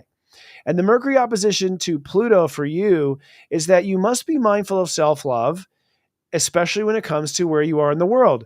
When you're out in public, you have to love yourself. When you're amongst friends, you have to love yourself. You can't expect them to love you first, even if you're a person who loves first. So sort of breaking that codependency with having to be loved and adored out there in the world and just loving yourself on your own terms. All right. Taurus. Tauruses are now changing your feelings about your thoughts and your communication. And you're changing what you communicate. For me, I can say that I'm now sharing how I feel about certain things. I'm now less spooked about what people will feel. I think my full moon realization was I can't keep walking on eggshells for other people's feelings all the time because I just end up getting worn down and taken advantage of. So I realize now I'm just going to be very honest about how I feel. I'm going to be very transparent about things. So I can see there's a new attitude already forming about how I communicate my feelings, how I articulate them, what I share and what I don't share. So Tauruses have a new emotional attitude about how they communicate their feelings and what they communicate. And also, Tauruses, you can tend to just you just keep going over and over in your mind, keep repeating a feeling over and over your mind. And so you got to come out of certain repetitive looping in your thinking that's tied to feelings too. So cows go in circles and bulls do too. Neptune retrograde means that when it comes to your social ambition, you now see everything you need to see. You are now manifesting the next timeline of the impression you will make on the planet. You have no more to learn, but you have everything to fill in. So it's time to fill in all the blanks you have about who you are in the world in this next rendition of yourself. The sun squaring the nodes means once you're in integrity with your thoughts and feelings, then you're in integrity with what you can have faith in. So your faith really pops into integrity. You are moving away from certain approaches to the body and to the health. So a lot of Tauruses are changing their diets right now. And I certainly am. I'm changing my body. Can you guys see the transformation? I've been transforming my body a lot right now. The Mercury opposition to Pluto does mean that your feelings about yourself must be considered whenever you make a decision. Every decision you make must consider your feelings. Every single decision you make, Taurus, must consider your feelings. That's the way to self-love yourself right now. Gemini. Gemini are have a new emotional attitude about money and worthiness. So, Geminis are realizing that they'll have more money when they think and feel they'll have more money. It has nothing to do with strings or power or anything else. When you think and feel you're worth more, so does the world. And Geminis are realizing that your attitude is what creates poverty. Your attitude, poor thinking creates poverty. So you're really starting to get on that sort of rich man, poor dad, rich dad, poor dad, right? Yeah, that sort of book, that sort of thing. So where you are retrograded now is in leadership and career. You've now been shown all the ways and direction that your career must now go. You will no longer be shown. You must now fill in the blanks and continue on the path as God Universe showed you as far as career and legacy. If you don't follow the path on your own and initiate, you'll stop growing. Okay, so career will stop growing if you don't initiate as of these two retrogrades. When it comes to this is the way, when the sun squares the North Node in Aries, once you are very clear about what you're worth, you're also clear where you belong in society. You know where your friends are. You know who your friends aren't. You know what to spend and what not to spend literally in the world, or to put, so you know your place in the world when you know what you're worth. And the South Node of Libra says you're also leaving behind now childish wishes for more adult wishes right now. So you're leaving behind some of the more childish wishes and growing up a bit in a Peter Pan sort of way. The Mercury opposition to Pluto says that you must be thinking for yourself whenever you are contemplating whether or not you believe or not. So you have to be mindful of yourself when you're wondering whether you believe. What that means is that believing a lot of times has to do with the attitude you're taking. It's not whether you're right or wrong. It's that you're taking a bad attitude in the first place in your head, and so you're less likely to believe. So if you don't have the right attitude to begin with, you're not going to believe, is what the opposition is saying. Cancers! Happy birthday, Cancers! Cancers are changing their feelings about how they ought to behave. So Cancer's behavior is changing. Cancers are, I've been talking to my mom about this because she just took a big fall down the stairs, and we're putting Humpty Dumpty back together again right now. But, I've noticed how it's changed my mom's attitude about how to respond to things. Where she used to argue, she's letting it go, kind of thing. And also I think she's realizing she has to stay positive. She's going to heal. So I'm just noticing how I also think Cancers, I was joking with her too, is that Cancers are kind of crabby, and I think the crabby Cancer is no longer going to be. And I know y'all don't want to hear that, but you can get really crabby and under people's skin when those little claws will start to pinch when you're emotionally upset. And I think that's, feeling different about your behavior responses changing there too. Neptune retrograde means that when it comes to purpose and learning and what is life about, that you are now, you've learned everything you need to know. It's time to fill in the blanks. You know the gurus to learn from. You know where to go and where to, what to study next. You know what will bring purpose and meaning in your life next. So it's time to start to pursue it. The square to the North Nodes at 11 degrees Cancer is going to be you really being clear on where to direct your life next. So you're going to know where to lead your life based on how to treat yourself emotionally and your attitude about how you treat yourself. So a fresh attitude about how to treat yourself leads to a fresh attitude about where you're heading in life. And you are leaving behind old childhood wounds now, Cancer. You're leaving behind old childhood wounds. You're leaving behind your old home, family, your old relationship to your mother. That paradigm is also ending. The Mercury opposition to Pluto is that you must be mindful of how much you are worth every time you draw a boundary with yourself. You must be mindful of what you're worth every time you draw a boundary. So if you deserve more, give yourself more because you're worth it. So focus your boundaries based on your thoughts of worth. All right, we're going to need some blue water now.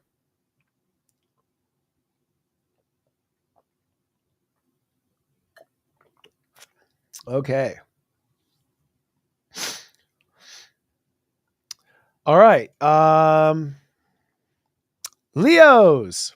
Thank you. I had blanked out there for a minute.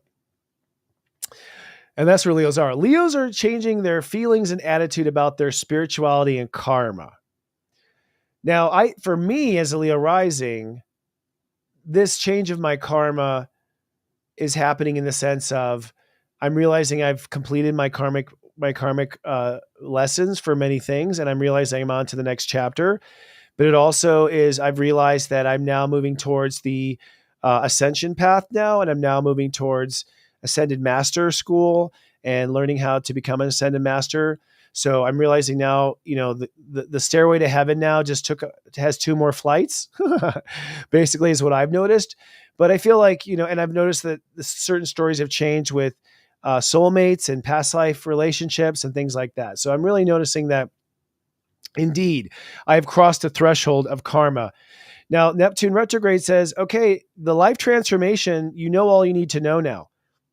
You know all the things you need to change in your life. Now it's time to follow through and make it happen. If you don't make it happen, it won't happen. So the angels will keep telling you. You've been told what needs to change. I'm talking to myself right here, by the way. And so now you must follow through and change it. It will be easy. There will be a path for it to happen. It will be the least amount of pain because you are royalty, but it's time for that to happen. Now, the North Node in Aries squaring the Sun at 11 degrees means that your new trust in yourself, your new faith in yourself, that's what the integrity is. You have this new faith in yourself. Fearlessness is another way of looking at it. Once you have this fearlessness in yourself and this faith, your belief in yourself is very clear. You know exactly what you can believe in and you know exactly what not to believe in. You can also walk away from old self-destructive thinking that basically tears you down instead of builds you up. So you're going to have sort of a thought-aware reboot is what's going to happen for the Leos and Leo risings. Mercury opposing Pluto says, you must be mindful of how you are treating yourself whenever you think about your relationship to yourself. Think about how are you treating yourself? Are you loving in every response? Do you just let yourself sit there and hurt? Or do you do something nice for yourself and be there for yourself? So being mindful of how you treat yourself when you draw boundaries with yourself. Virgos, you are having an emotional attitude shift and adjustment about your friends and your social life. Thank God. Just kidding, Virgos. But you are having a shift, a change of feeling about where you belong in the world, a change of feeling about where you should live in the world, a change of your feelings about who your friends are, who your friends aren't. I know I just probably lost a bunch of you as friends. Just kidding. But ultimately, you're changing, what you feel about you're supposed to be, who your reputation is, that sort of thing. So it's a new emotional attitude about your potential in the world and what you can do in the world. Now, when it comes to Neptune retrograde, there's nothing else to learn about your partnerships in the world. There's nothing else to learn karmically about relationships. You know what you have to do in relationships now. You know who you have to be in relationships now. So just do it and follow through. And if you don't do it, you'll stay stuck on the struggle bus. So by golly, follow through, Virgo. The North Node in Aries at 11 degrees, squaring the Sun in Cancer at 11 degrees, is around self-trust. So when you, when you know exactly where you belong in the world, you can trust yourself and you know where the boundaries are. And once you know what the boundaries are, you can move away from issues around self-worth because now you have rock solid boundaries. You know what integrity is for you in the world, and it's no problem whatsoever. The Mercury opposing Pluto has to do with interfaith versus health and wellness, that you must be mindful of the faith you have in life whenever you think about your body, whenever you think about your health and wellness. Think about how much faith you have before you consider what could be sick or not. Think about how much faith you have before you weigh yourself on the scale. All right. Libras. Libras are having a different feel about their career and their legacy and where their parenting is going. So it's a different direction about career and where to go with career. This is what you'll be known for, how far you will go. You are upgrading your vision to what's possible. This is, I should say, and I will for everyone, that this is going to be 2 years of growth in this area because Jupiter moves to this area next year. So Libras have 2 years of strong career growth. This is about how your leadership, as a parent. This is your leadership around maybe in town. Maybe you're a leader of an organization. So you're changing your feelings about how to lead your life, how to lead your career, and where your legacy is heading. Neptune retrograde says that you will now, you've learned everything you need to know about the quality of life, about how to work, about where work can be and where work should be.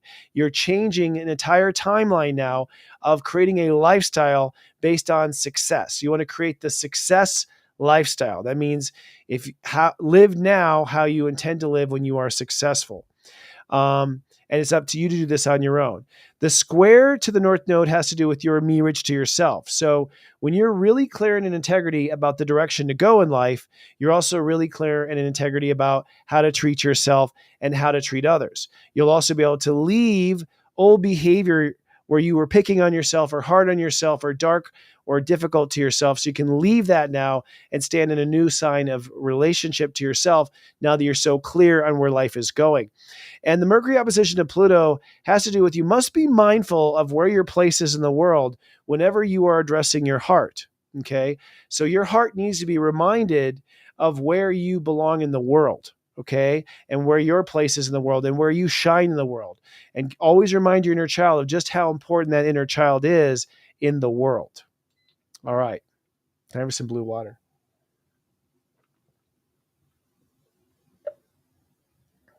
Shout out to CT Organics. All right. Scorpios. Scorpios, you are changing your thoughts and feelings about what you believe in life and what you don't. Scorpios are up for a major belief structure shift right now. I'm seeing the cracks starting to happen because I have a lot of Scorpios in my life who are always counterbalancing me. And the Scorpios are about to change what they believe. Of course, they'll claim they always believe that. But we Tauruses are holding the records. You also probably have a change of heart about what you feel like the future should be, the direction of the future, the direction of purpose, and what you feel like life's purpose and meaning is. So you're having a life meaning change. The meaning of life is changing for Scorpios and Scorpio risings. You feel it and you think it, and you want to tell life where to go. I know you always tell life where to go. Neptune retrograde means that there's nothing to learn about personal dreams, karma, romance, or relationships to children at this time. It's now time to manifest the new timelines of Sirius Joy, the new timelines of falling in love, the new timelines of your wish coming true. All right, which means you want to stay on course with that. You've learned everything you need, so don't let anyone steal your thunder. Don't let anyone cut in line. Follow all the lessons you had to learn about protecting your heart's dreams. The square to the sun at 11 degrees has to do with your health and lifestyle. Once you're very clear about your life's purpose and where you believe the integrity of belief is, then your lifestyle clicks straight into gear. Your health comes straight into gear. So right now you could say a leaky gut would be probably a leaky belief structure. With the South Node in Libra, it does mean you're going to leave old fears and old karmic patterns by adopting a new attitude and approach on life. Mercury opposing Pluto says that you must be conscious of the sacrifice and responsibility necessary whenever you are consulting your feelings, that with emotional upgrade comes dedication and commitment, that you must be mindful of your commitment to your feelings. It cannot be fleeting, okay? Scorpios are learning how to invest in their feelings over a long period of time. They tend to just expect feelings to go away on their own. And that's not how it works, Scorpio. Sagittarius. Sagittariuses are creating a new emotional chestnut about their feelings around trust and intimacy. So this is a very, very sensitive moment for Sagittariuses. They're navigating an entirely new trust system and sort of gate system to protect them. They are on their way to intimacy, which is why, and believe it or not, Sages, most of them are not super intimate. I mean, for a minute, okay, and then they fall asleep.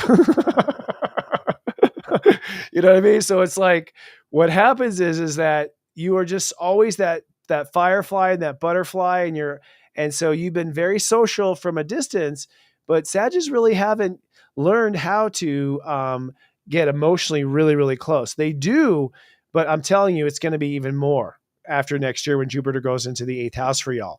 So you're having a different feeling about who you let in, who you don't let in, how far you let them in, how far you share.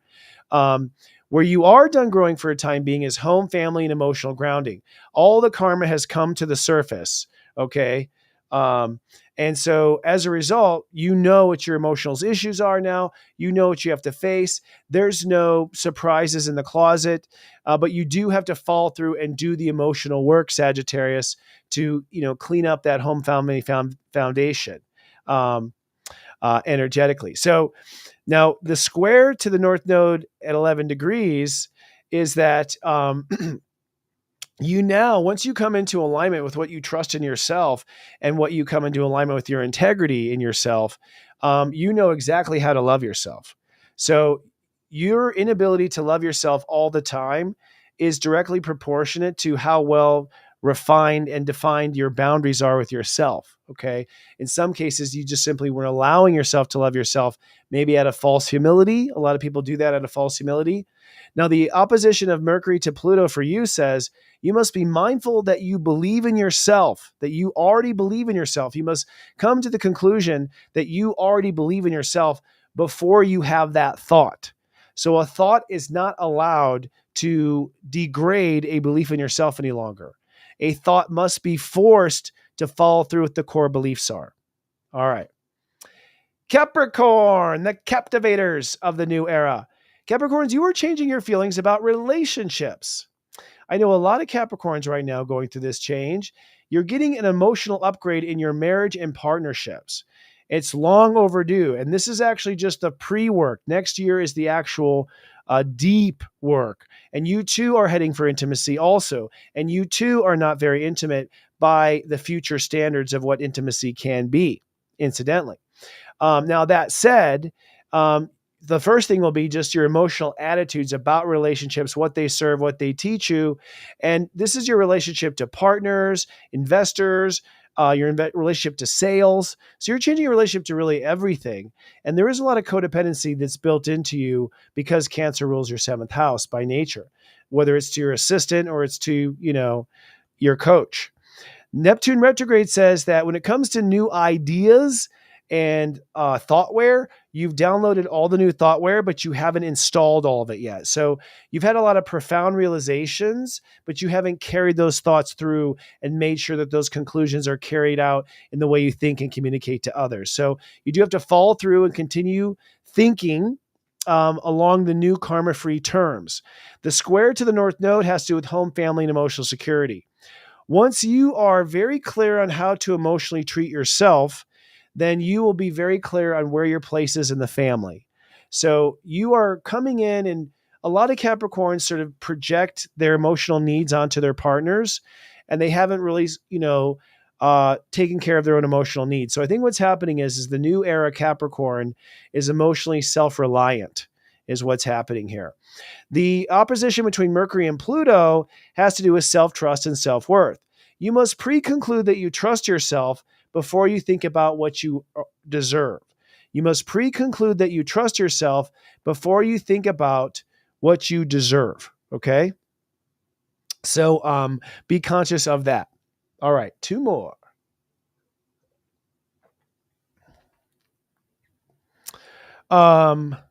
Aquarius. Aquas, you are now changing your feelings about health and lifestyle. So Aquarius are being called to change the way they live, where they live, how they live, what they put in their body, who they hang around with, basically your emotional vibe. Aquas are starting to open up to the idea and fact that your magic is equal to your emotional potential. So if you are emotionally shut down, no magic. If you're emotionally vibrant, high magic. So you're reorganizing your lifestyle to be mindful of all these things. Now you may say, I already do that, Sensei. Not for ascension. You do it for the 3D Earth you were born to. You haven't done it for the 5D Earth. So there's a lot of 5D plugging in that you are pioneering for all of us. With Neptune retrograde and Saturn retrograde, you've learned everything you need to know about abundance, money, business. Now it's time to apply everything you've learned in the last 6 months into your business, into your finances. So get deep, do rewrites, re-architect business models, open and close bank accounts, et cetera, et cetera. The square to the North Node has to do with thoughts and communication. So when you know how to feel good in your body, your intellect and your mind will be on course. You're learning that feeling bad in your body scrambles your ability to communicate and think positively. So it's very important that you have a crystal vessel because you are a vibrator, you are an energizer, you are a person who energetically creates frequency in the world. And so you have to be in shape energetically and in health-wise so that you put out the frequency that you want and get the return on your investments.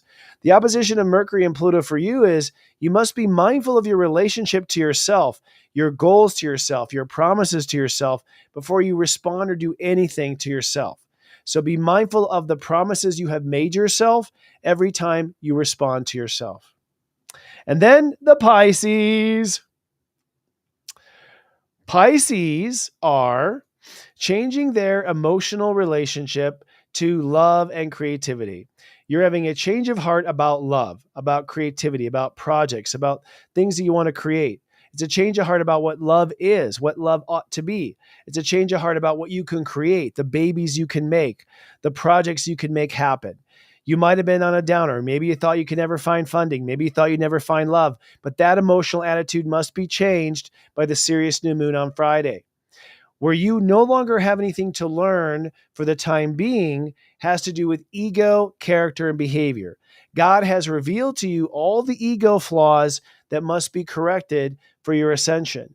You will now fill in the blanks, go deeper, represent by doing, practicing, making master, but you will not have any new ego fumble lessons for a while.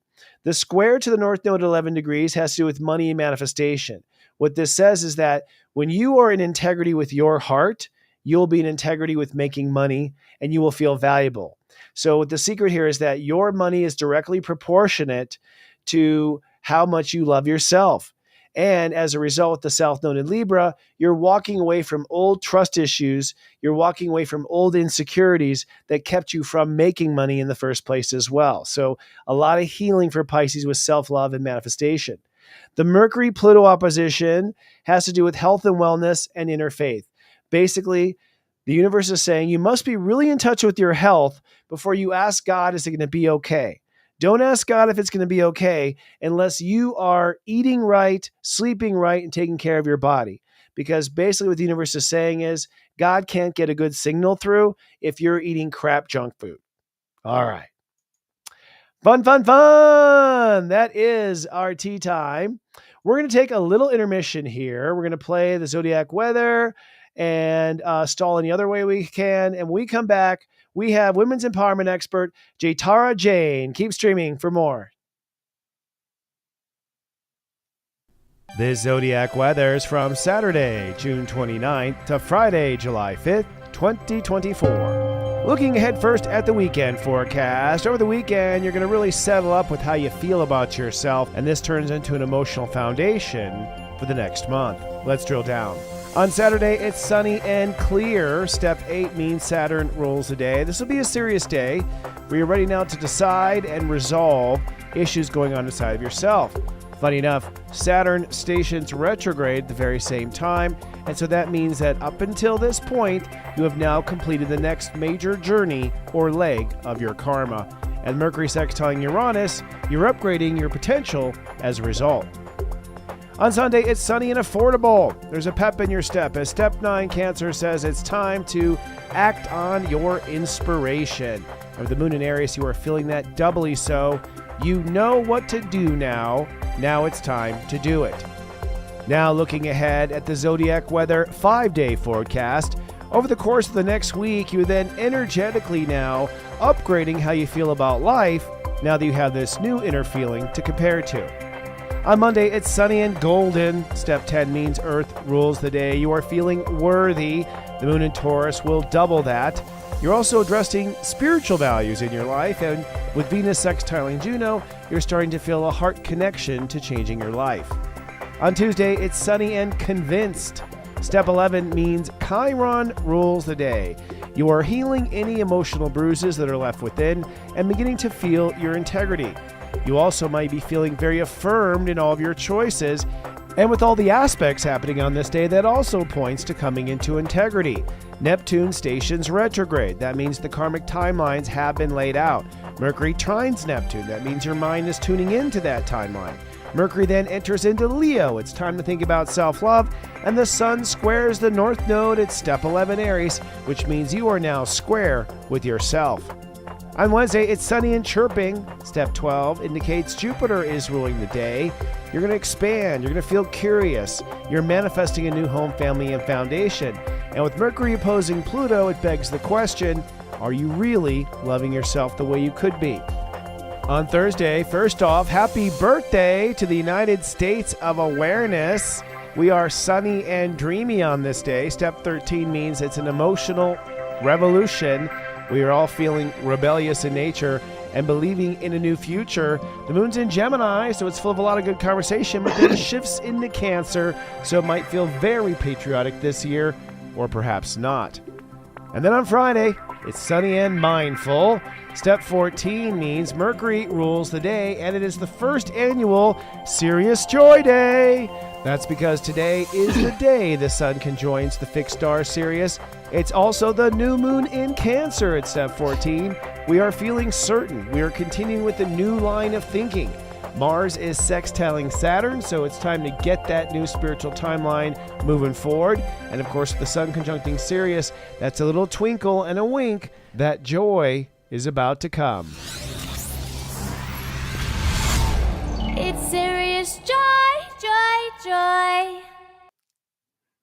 Hello and welcome to ASTRO MINGLE, the spiritual podcast that mingles with the talented light workers and innovative influencers of our time. It's the summer of love, and the light workers are beginning to heal and recover and rediscover one another. In preparation for raising the ceiling of love on this planet, the light workers are going to have to do a lot of love making to raise this vibration, and our guest tonight has some sacred sexual insights for us.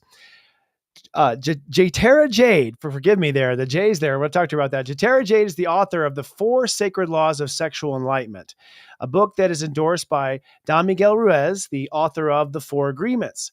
She's also the author of the newly released quiz and book titled Your Sacred Pleasure and Prosperity Archetypes.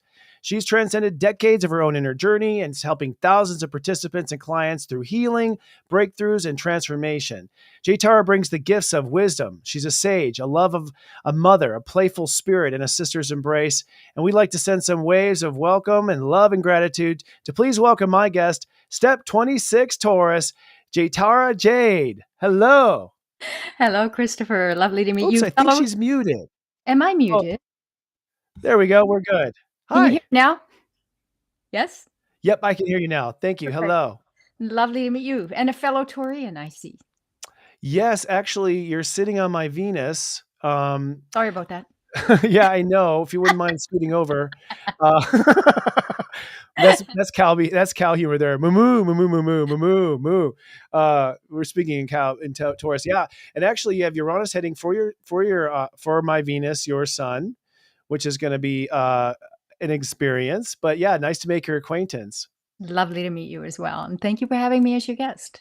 Thank you. It's a pleasure. I can't, this happens kind of mystically for us because we start reaching out looking for guests, and it's this back and forth of, when works best for everyone. And you just so happen to be booked right when I feel like we're at a major turning point as a collective about our thoughts and feelings around relationships and closeness and intimacy.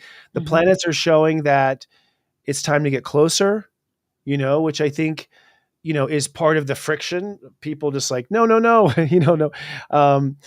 So I think your work right now and what you bring to the table this is the most important moment in human history as far as being ready for it and moving forward.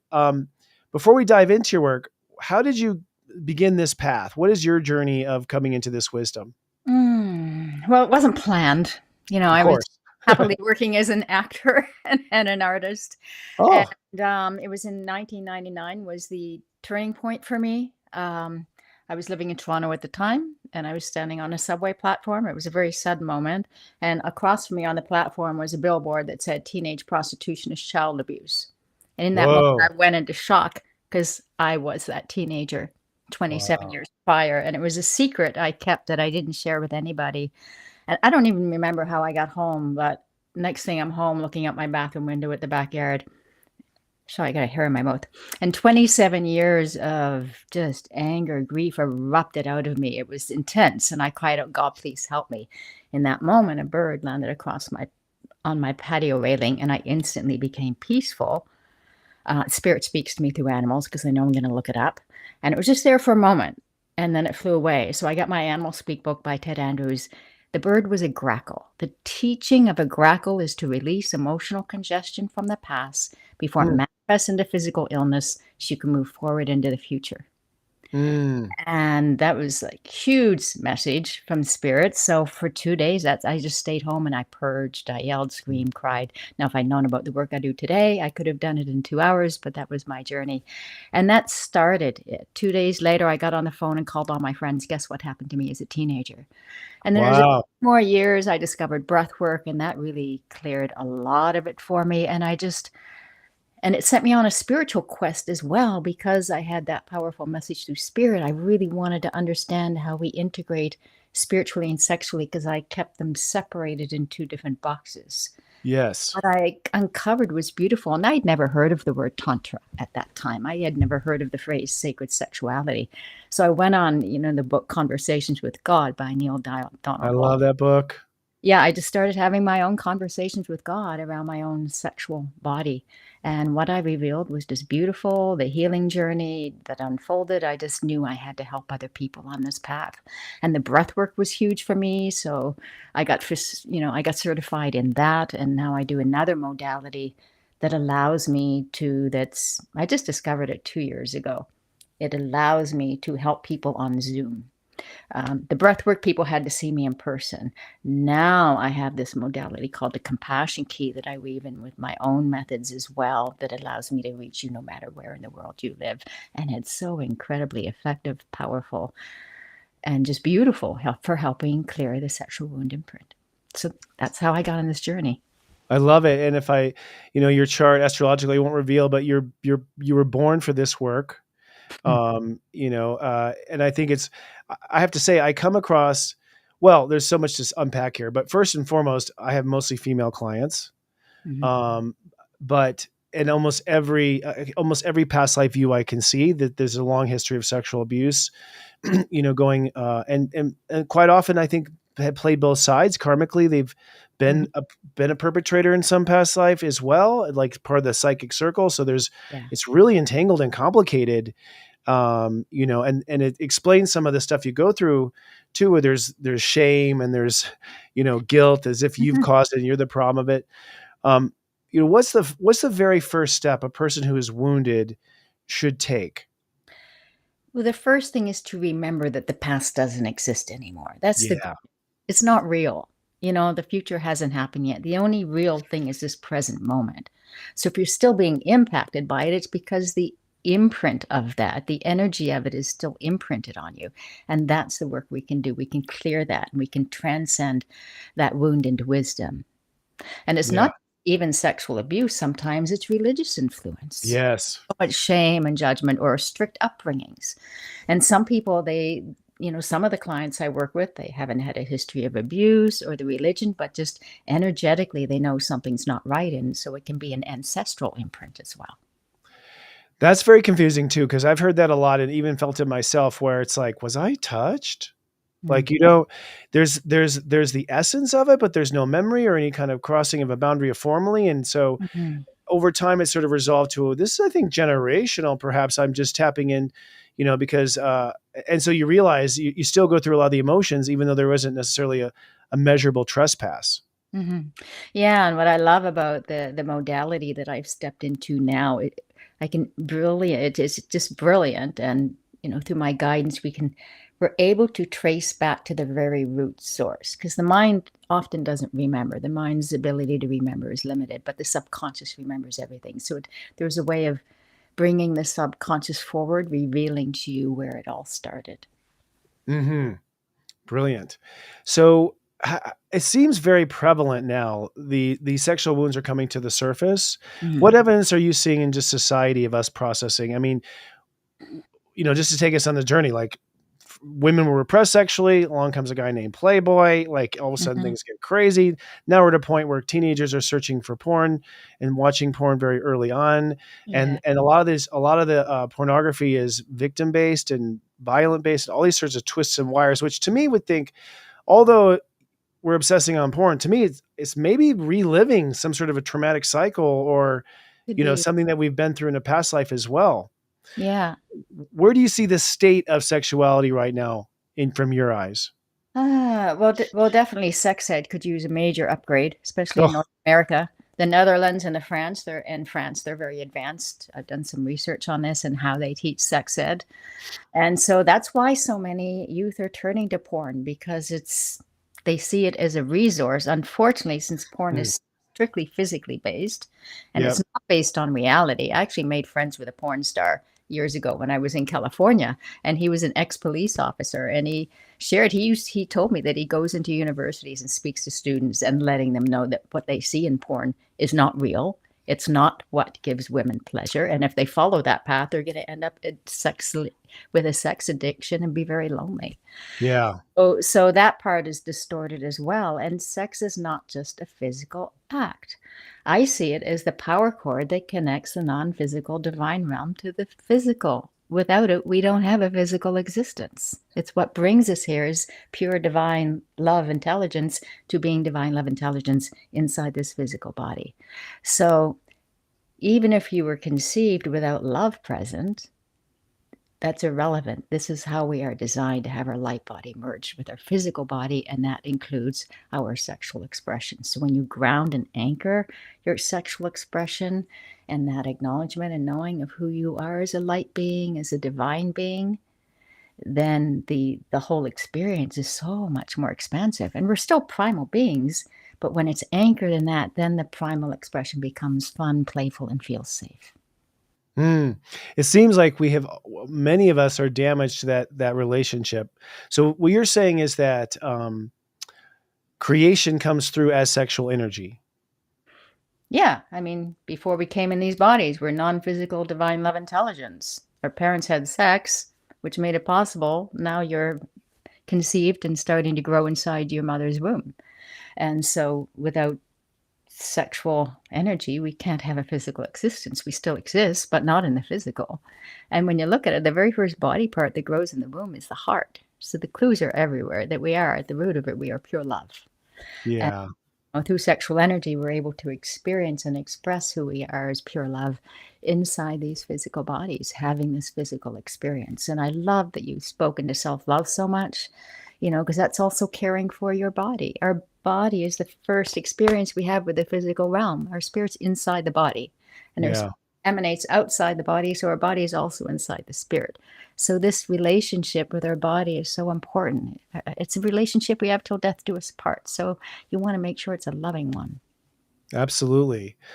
Where do you see I love the direction of where things seem to be going, because it feels like people are generally wanting more. The word tantra is becoming more and more passed around in our group. Yeah. Like, right?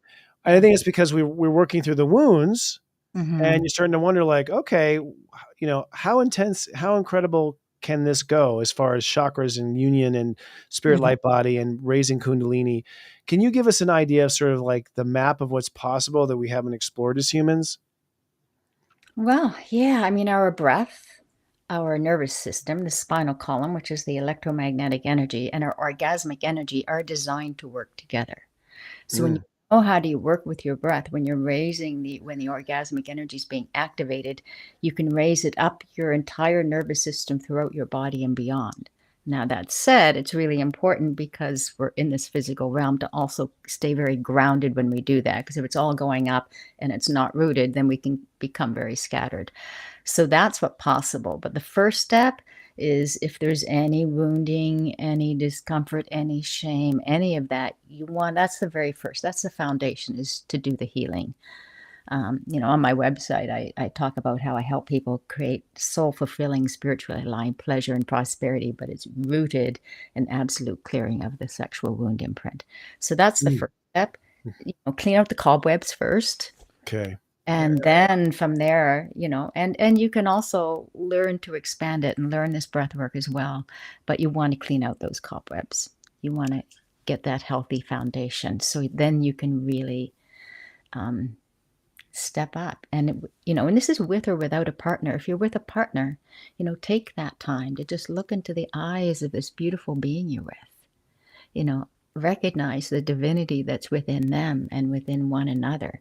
And when you root and anchor it in that, and then use the breath as a tool, as an instrument to expand your energy, to expand the orgasmic experience, then sexuality becomes a spiritual practice as well. Physically, the orgasms become more expansive, but what happens spiritually is actually very, very profound as well. Okay, I'm sold. So how do you clear?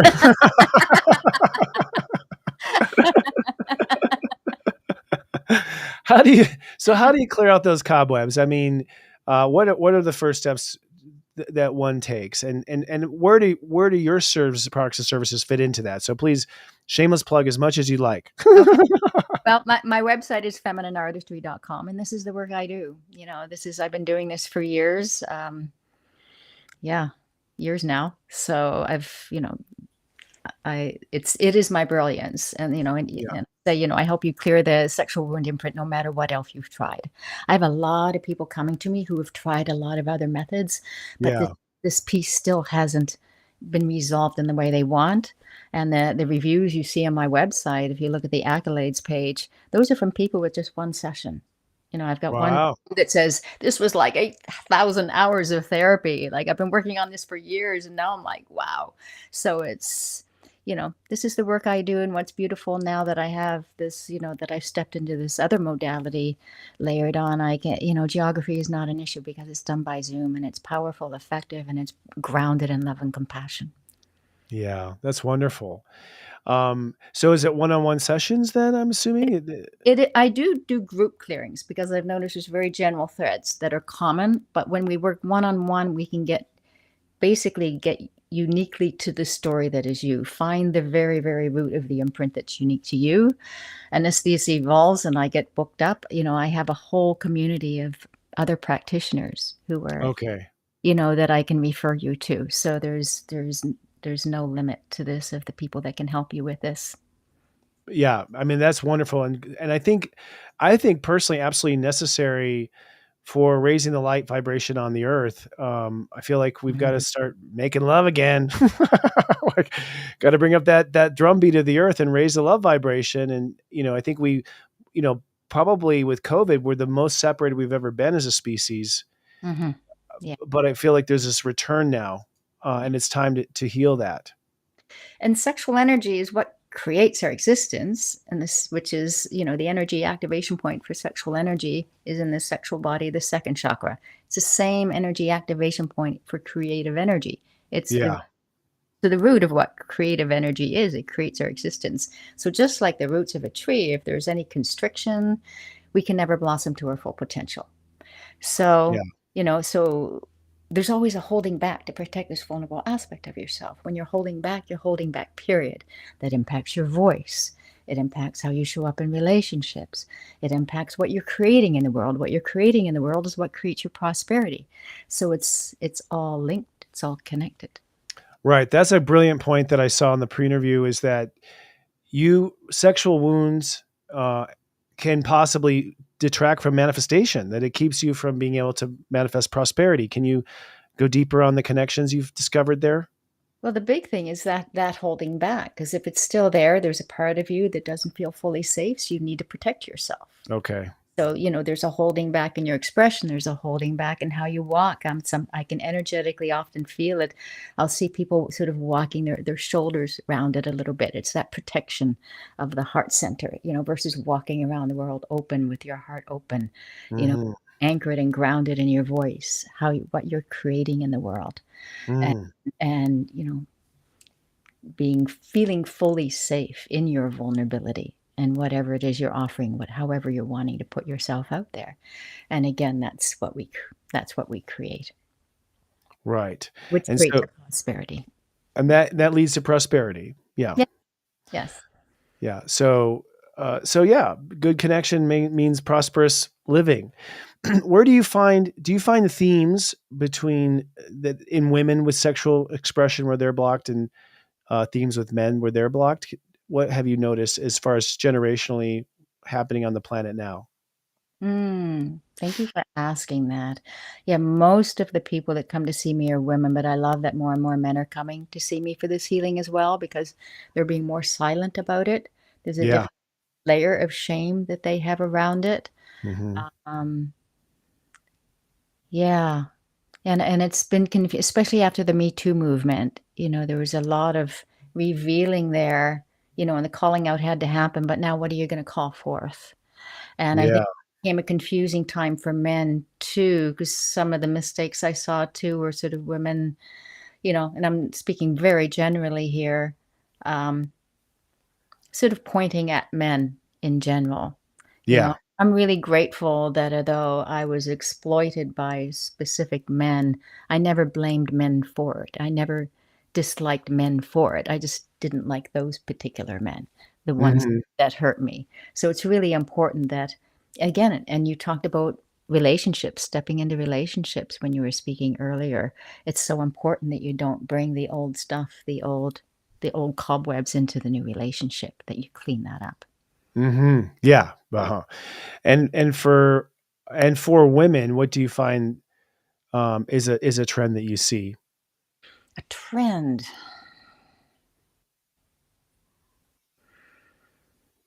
Well, women especially can be very judgmental toward their own body, and Oh that's yeah. rooted in past abuse. It can be rooted in just past relationships. It can be, even society, what we're seeing, what we see in celebrities, the false image, and Yeah. I worked as an actor, so I can tell you those beautiful, perfect images you see. They've got a whole makeup artist team and and hair Yeah. department, everybody working on them. They don't sit around their house looking like that. So Yeah. just the and just acknowledging the true meaning of beauty. The true beauty is when you're really openly shining that inner light that is you. When you're emanating and radiating your full light and feeling safe Yeah. to emit that to the world, that's what's really truly beautiful. Mhm. So I guess if there's a theme, I never thought of it as a theme, it would be that I just invite all women to just remember that your body is so loyal. It doesn't, whatever it looks like, love it, pour love on it as is. Your heart keeps beating every moment of every day without any help from you. Your belly processes it, whatever you put into it. So, sometimes I'll put something in my belly that's just pure pleasure and it doesn't sit well with my body. So I say, I'm so sorry I put that in there. I'll try not to do that again. Like, speak lovingly to your body. And Mhm. and it's innocent and it's loyal. It's doing the best it can to stay healthy, and it needs your help so you can have this life experience in the highest way. Brilliant and beautiful. I find with clients, most of my clients are women, and I find that a lot of women are dating men who are afraid of intimacy, Okay. and who are pushing away the women, and the women are blaming themselves for the men pushing away. And when you look at the chart of the man, he's actually just afraid of intimacy, and she's knocking down some doors there. Mm. That's just one. But I attract, I think, according to my own stuff. So that's what I was asking others. What are you attracting?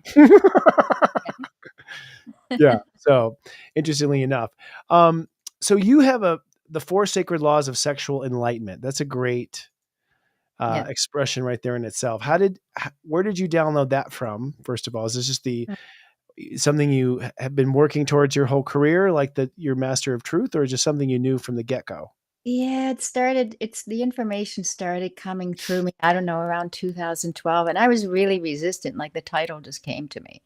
First, it was the first 4 what do I call it now? The 4 sacred laws, it was the 4 spiritual, and I was really resistant. I'd have I talked to my divine teams, like, "Who am I to write a book with a title like this?" It's like a big title, and I just kept getting the message, "You're the messenger," and the information just kept coming through me. When I write, I tend to channel, and just had to get it out there.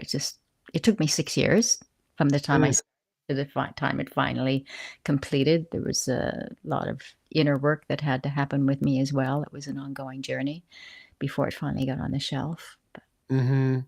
yeah, Yeah. it was Work yourself. it was a calling. I feel that. Well, it's an interesting calling and a perfect moment. I mean, your divine, I think, gift from the universe. Can you Mm. walk us through what those four principles are?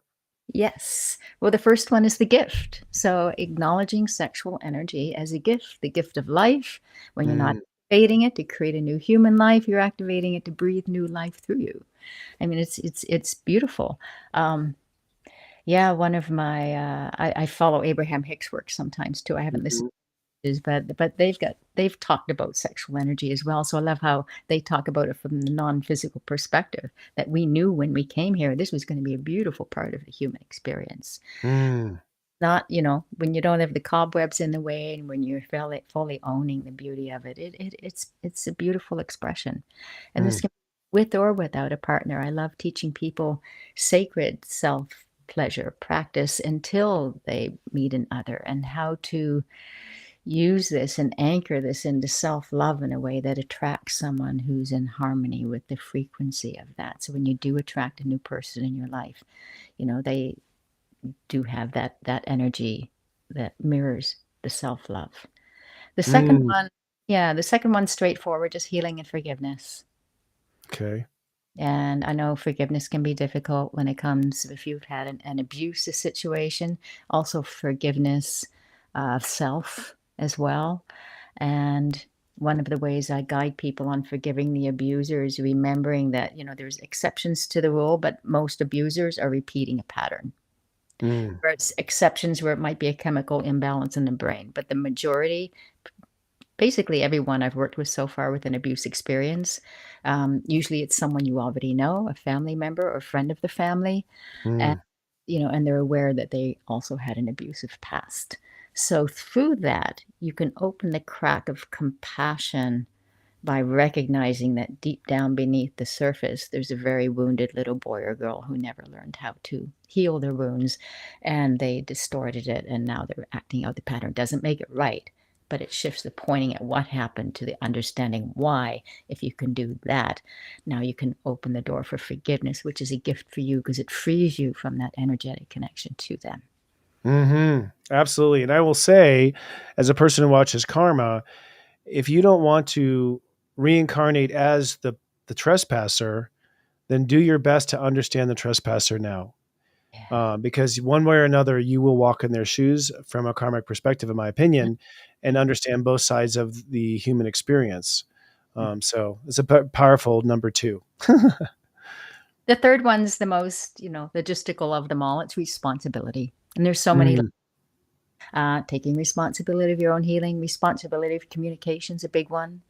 mm, That how you show up in relationships. The one I'm most passionate about is how we communicate to the youth, which you brought up early in our discussion. Uh, mhm, yeah, responsibility of consent. There's a lot of layers to it. I don't even remember them all now without opening my own book and going through them. So that's the most practical sacred law. mm, Fourth one is, to me, the icing on the cake. I call it the invitation, and that's inviting the lover essence of God's source, whatever that means to you, into the sexual experience. mm. First started talking about inviting God into your sexual experience. I got some resistance because I realized a lot of people immediately, when they think of God, they think Father God, Mother, Father God, and of course we don't Yeah. know parents in the bedroom. Yeah. But remember, God source comes in all relationships, the friend, the brother, the sister, and the lover. So if you're going to create your own little virtual reality, and ask yourself, what would the lover essence of God source be to me? Would they be masculine? Are they feminine? How would they talk to me from that place of pure honoring and reverence and cherishing me? How would they engage and touch me from that place of sensuality with that reverence, that cherishing, you know, receiving joy from the giving and that sharing and that merging of who we both are as two divine souls? And if you're Mm. if you're not with a partner, imagine your hands are their hands and touch yourself in that way that you'd want to be touched. And when you play with that, again, as partners, then of course you do that with your partner. You look into the eyes of your beloved. You see that divine that is them, that God source that lives within them, and you're inviting that into the expression.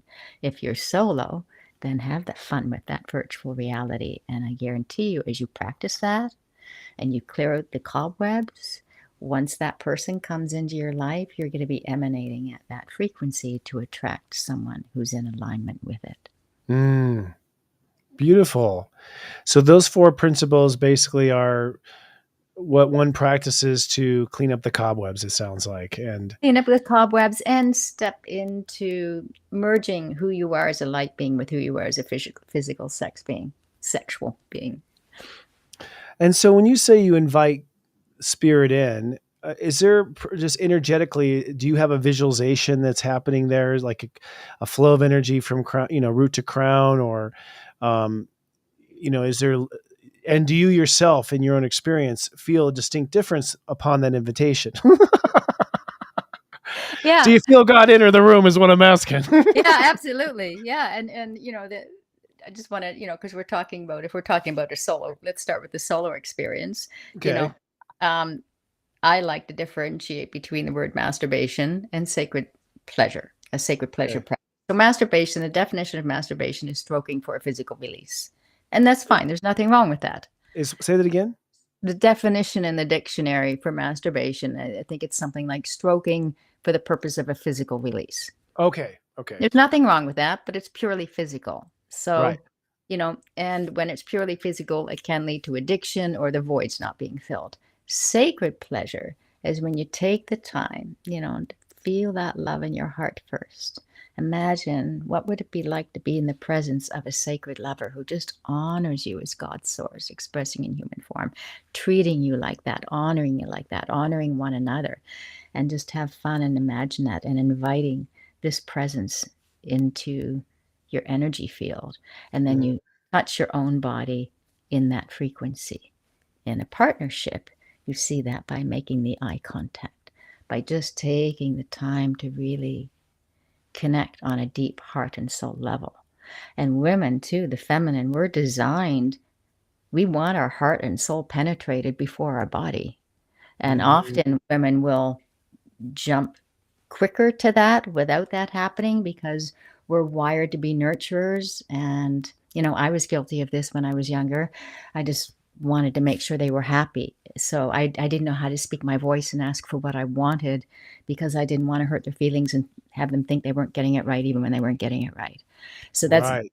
very, very common for women. So, taking that time, just slowing down to connect with the divinity in one another and just slowly savor, be present without a goal in mind. I mean, the orgasmic release is beautiful, but really savoring the journey and just honoring being the presence of this magnificent being that you're sharing yourself with and feeling the honor of being with them and have them feel the honor of being with you. When we have that exchange, then we're automatically emanating in the invitation. So is this what one would call sexual magic? I mean, what does that term mean? Sex magic. I hear that out there. You're And hearing a lot these days. yeah, I want to be careful with that because it is form of manifestation. Okay. So, one of the 4 agreements that Don Miguel wrote is be impeccable with your word. Well, I say when it comes to sexual energy, be impeccable with your energy. So there's nothing wrong with the sex magic of activating your sexual energy, and it's beautiful when you're with a partner too, and then being in the joy of what it is you're calling in. But you want to be so impeccable and careful that it's rooted and anchored in love. and Yeah. in full alignment, because sexual energy is powerful and it can be a vortex, it can be a portal. You don't want to, it can attract unwanted entities, can latch on to Yes. you if it's not in the right frequency. Okay. I personally don't believe in make-up sex. You don't want to have sex when you're angry. You're giving Thank a lot you. of energy. You Thank know, you. Thank you. makeup, Thank you. I've never believed in that. I just think that's lousy. Like someone yeah. to beat you up in a different way or like argue. I don't know. It's just I've No, never make gotten it. up first, then have the sex grounded Right. in that love. But be so impeccable with your energy. Again, with or without a partner, make sure it's anchored in that love, whether it's self-love, love with the person you're with. Just again, be impeccable with your energy. And I love doing the invitation for other things too. I love to dance. I'm a dancer. I go to ecstatic dance all the time, and sometimes I'll do that. I'm like, come, spirit, enjoy, feel my body move, feel this music. Oh, I know what I wanted to share about Abraham Hicks. Years ago, I heard someone ask him a question, what do you see? And they laughed. They said, well, that's to assume that we have eyes. And then they said, our favorite eyes to see through are the eyes of a bee because the definition is exquisite. And Hmm. that got me thinking, it's like, wow, so the non-physical can experience the physical realm through us. Mm-hmm. So if I'm doing something that's joyful, sometimes I'm just in my meditation, just breathing in the beauty of nature. I'm blessed to have a backyard overlooking a park, so I get a symphony of birds in the spring, like Mm. sound, and I love extending the invitation. Listen to this beautiful song. When I'm on the dance floor, feel the beauty and the joy of this dance with me. So you can bring it in food. Oh, taste this delicious food and just savoring that, being present with it. So pleasure isn't just about sexuality. It's beautiful food. It's movement. You know, Mm-hmm. yeah. Yeah. I know, Taurus. So, yeah. And I lost a fair amount of weight back in 2021, and I used to be one of those just shoving the food in my mouth. And what did it for me? What lowered my weight and maintained it? If I'm eating pleasure food, then make sure you're being present with it. And that's true in pleasure with another and food, whatever. Full, complete presence. So instead of shoving stuff in my mouth feeling guilty, I learned to put it in. If it's savor it slowly, be fully present with it.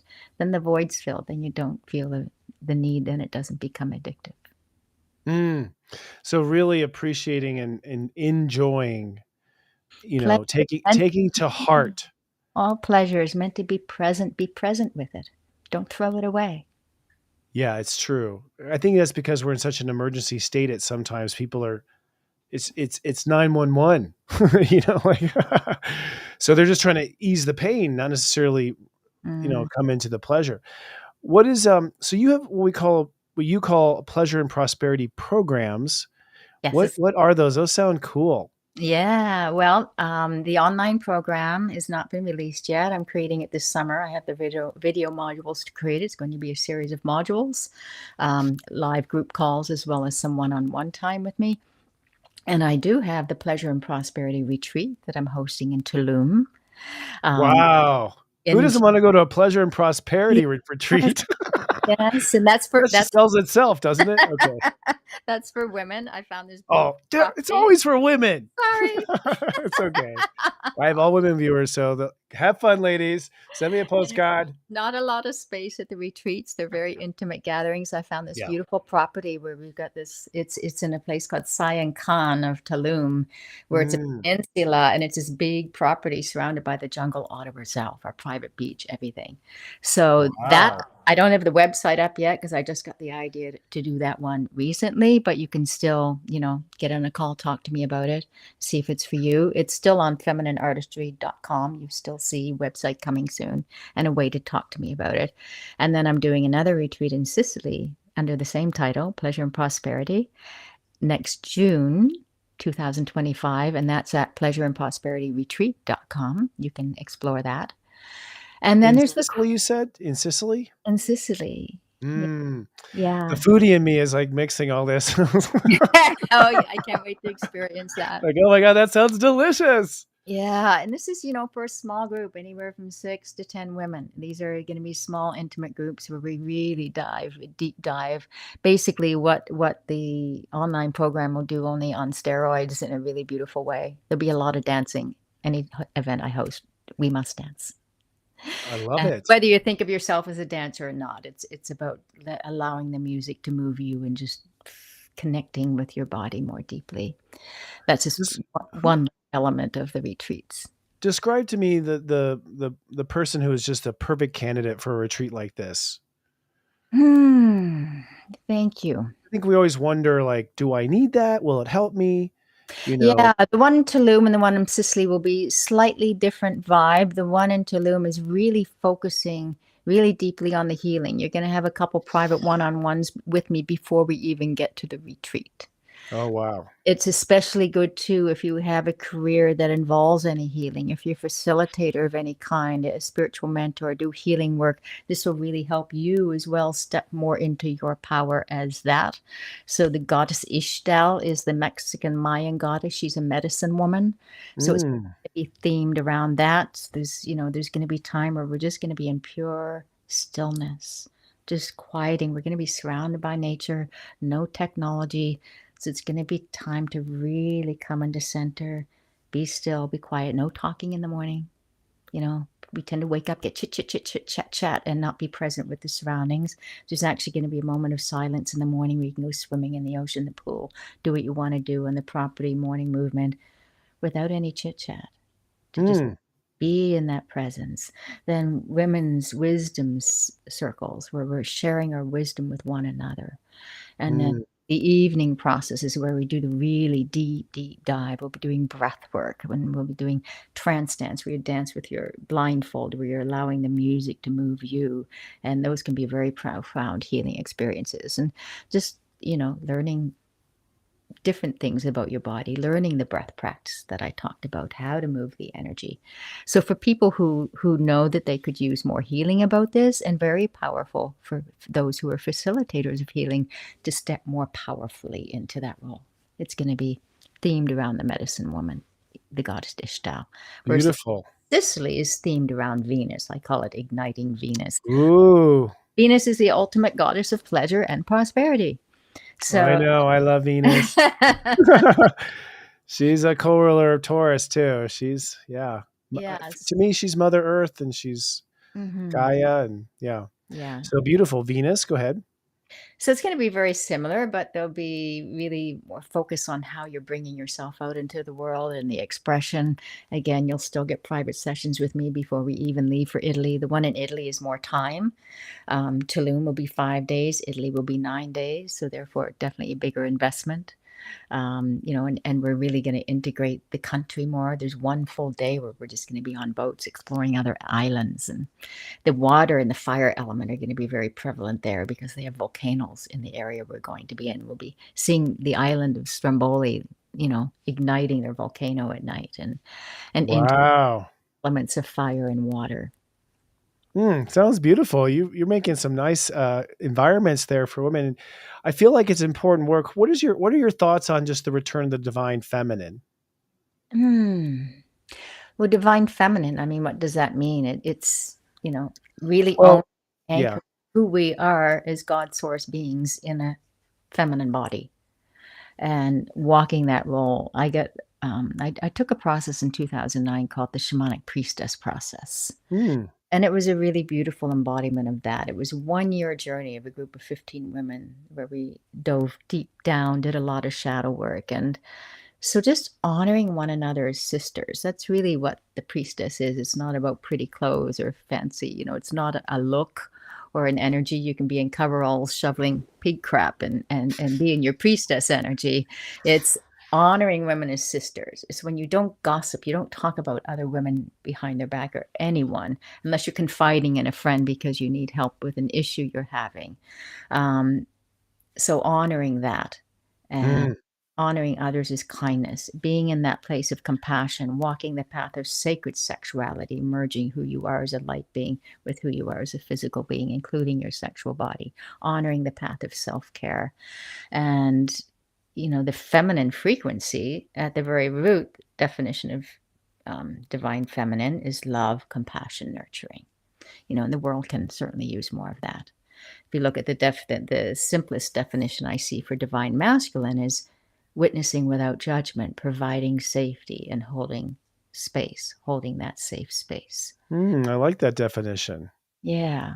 Yeah. hmm It seems like it feels like we are, what I mean by divine feminine is just simply that obviously the patriarchs have just, thrown women to the side as far as them as a sacred spiritual vessel. And it Mhm. seems to be a strong theme, a lot of Mary Magdalene Mm. energy coming around, at least in the circles, a lot of worship of Mary Magdalene. Yeah, and look, Mexico, they just voted in a woman president. That's incredible. I Yeah. know. I'm so proud of Mexico. Yeah. Yeah. So proud. I'm very interested to see what happens with that. That's very interesting. Mm. And I think these sexual wounds, quite often, these cobwebs are, at least in my clients, are very often the root of all the struggle inside as far as taking power, being the impact that you're here to be, Mhm. owning the wisdom, you know. What have you noticed? And I'm only saying this to really to behoove my audience. I personally am tired of talking about it, but what about this theme of narcissist Mm. love happening? Do you see wounds tied to these narcissistic partnerships where people are getting lost for a few rounds? Yeah, and for the people, thank goodness I was raised by a really loving mother. My father was not very present, but he wasn't a narcissist either. So the clients I've worked with who have this pattern of narcissism showing up in their relationships, every time we trace it back to the root source, it goes back to childhood. One of the parents were likely a narcissist, or they had that experience as a child. Mm, So what happens when something happens to you as a child and an imprint, whether it's the narcissism, betrayal imprint. For me, my core wound was abandonment, so that's something I've had to work on. It's imprinted on us, and unless it's cleared and healed at the source, it's kind of like a knee-jerk reaction that keeps showing up through our life, different people, different places, but it keeps surfacing. okay. And, you can heal from that past relationship you had last year, but if that's not the source of the imprint, Right. gonna happen a few years ago where it might surface its ugly head again. So you need to go back to the very root of where the imprint was first imprinted and clear it. Mm. And and and it's magical when that happens, the ripple effect that that has. Hmm. Very interesting. And I feel with men, I'm feeling an overall trend just to embracing their femininity.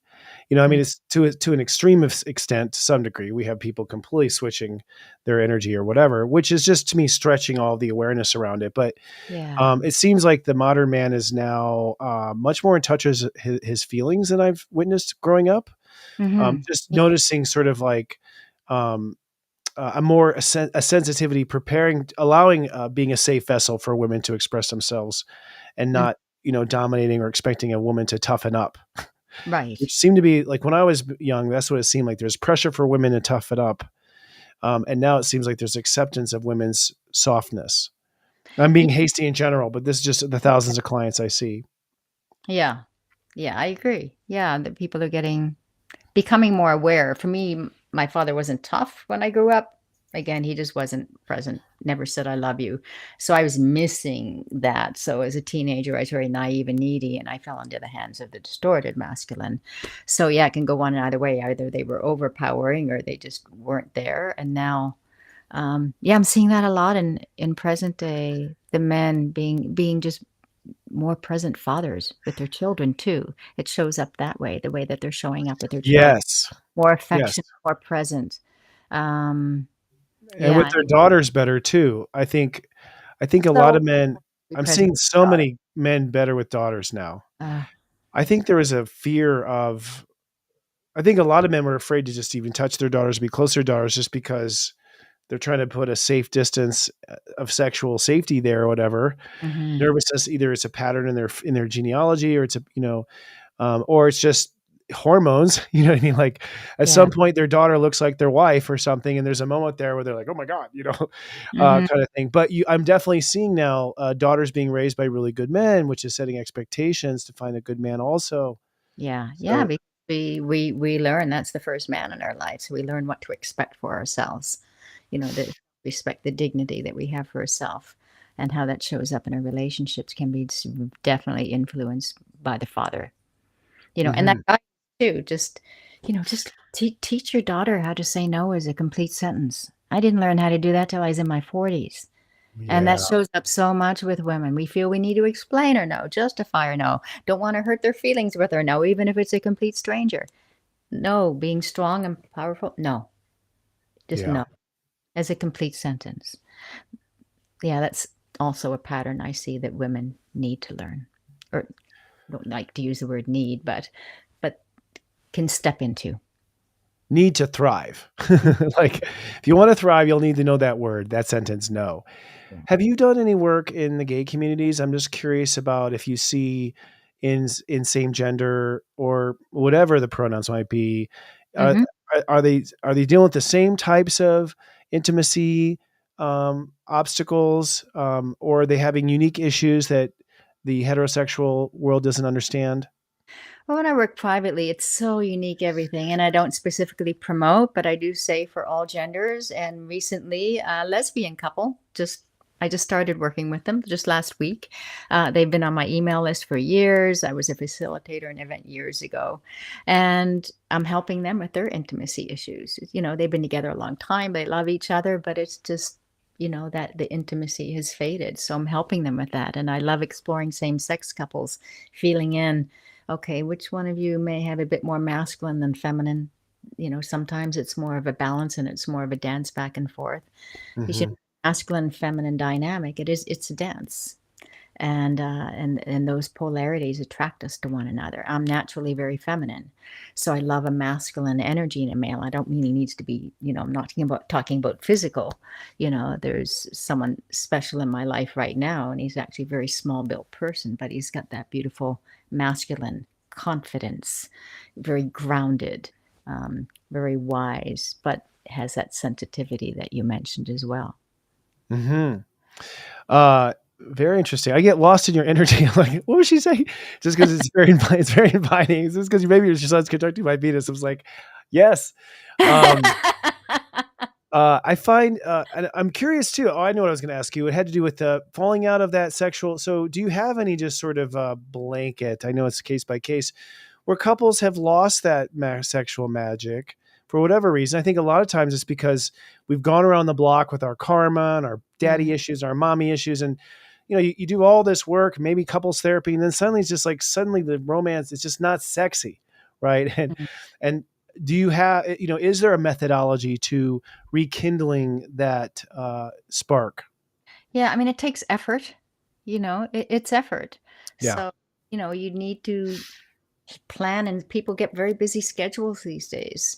So, you need to schedule each other in. So you have a day that's for each other where you're spending time for each other. Um, talking about masculine and feminine, a lot of women are in the workplace. I'm one of them. We have to actually step into some masculine energy to do that. For example, the energy of being in control, making decisions, getting the job done. And I'm speaking masculine, feminine, yin, yang, whatever you prefer. It's an essence. Um, so when a woman's very busy in the workplace, she can Hmm. actually slip into more of her masculine energy if she's used to making decisions, getting the job done. So a way that the if she's with a masculine partner, when she comes home, can support her is to do things to help her fall out of that, you know. Interesting.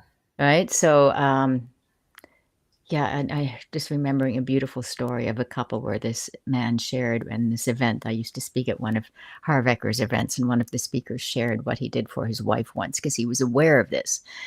She came home from work and it was her birthday. When she walked in the door, she already had a glass of wine poured for her with a note. Here, drink this. Now go take your bath. The bath was already run for her. He removed all decision making from her process so she could surrender Mm. back into the feminine. The dress to wear to go out to dinner was laid out for her. So there was a note in each room leading her to the next. Now, of course, that's a lot of work to plan. You can't do that on a daily basis. But, just how can you, if your natural essence, like me, is more feminine and you're in a relationship, how can you let that go when it comes time to spend time together? So you're slipping back to the natural polarity. If you're in a woman's body and your natural essence is more masculine, then perfect. That's who you are. But what I'm noticing in couples, when it gets disconnected, it can be because the woman's been so used to having to make decisions and be in control. So Hmm. that spark can't ignite if he's naturally masculine, and at the core she's naturally feminine, but the polarities have gotten out of whack. I see that all the time. Yeah. I see a lot of women who were men in their past lives, Mm. and their husband was the woman in the past life, and so they've switched genders, because I see it all the time, which Uh-huh. seems to be a recurring theme eventually with soulmates. So you will switch genders and try it, but the thing is the woman is having a hard time putting down her male side because the man is not big enough or strong enough or overpowering. And she's wanting to be swooped up by a really strong man. And I always wonder, well, Mm. maybe your masculine energy needs to help you open up to your feminine. It's not about, something stronger than you. It's about rerouting your strength to be vulnerable. Mm-hmm. Yeah. I Yeah. find that to be a common theme that I see a lot. But so that we really are very conscious of our gender energy in this lifetime. Yeah. Yeah. And what can you do to just surrender control, to just be in that place of surrender and Yeah. to feel safe in that. And if you're a couple watching this, you're planning a date night and she's used to making the decisions, say you're going out to eat and he says, well, I don't know, where do you want to go? No, you make the decision. To claim that, take her out for a surprise. Because even deciding where what restaurant we're going to, that's having to step into that role of making the decisions and being in control.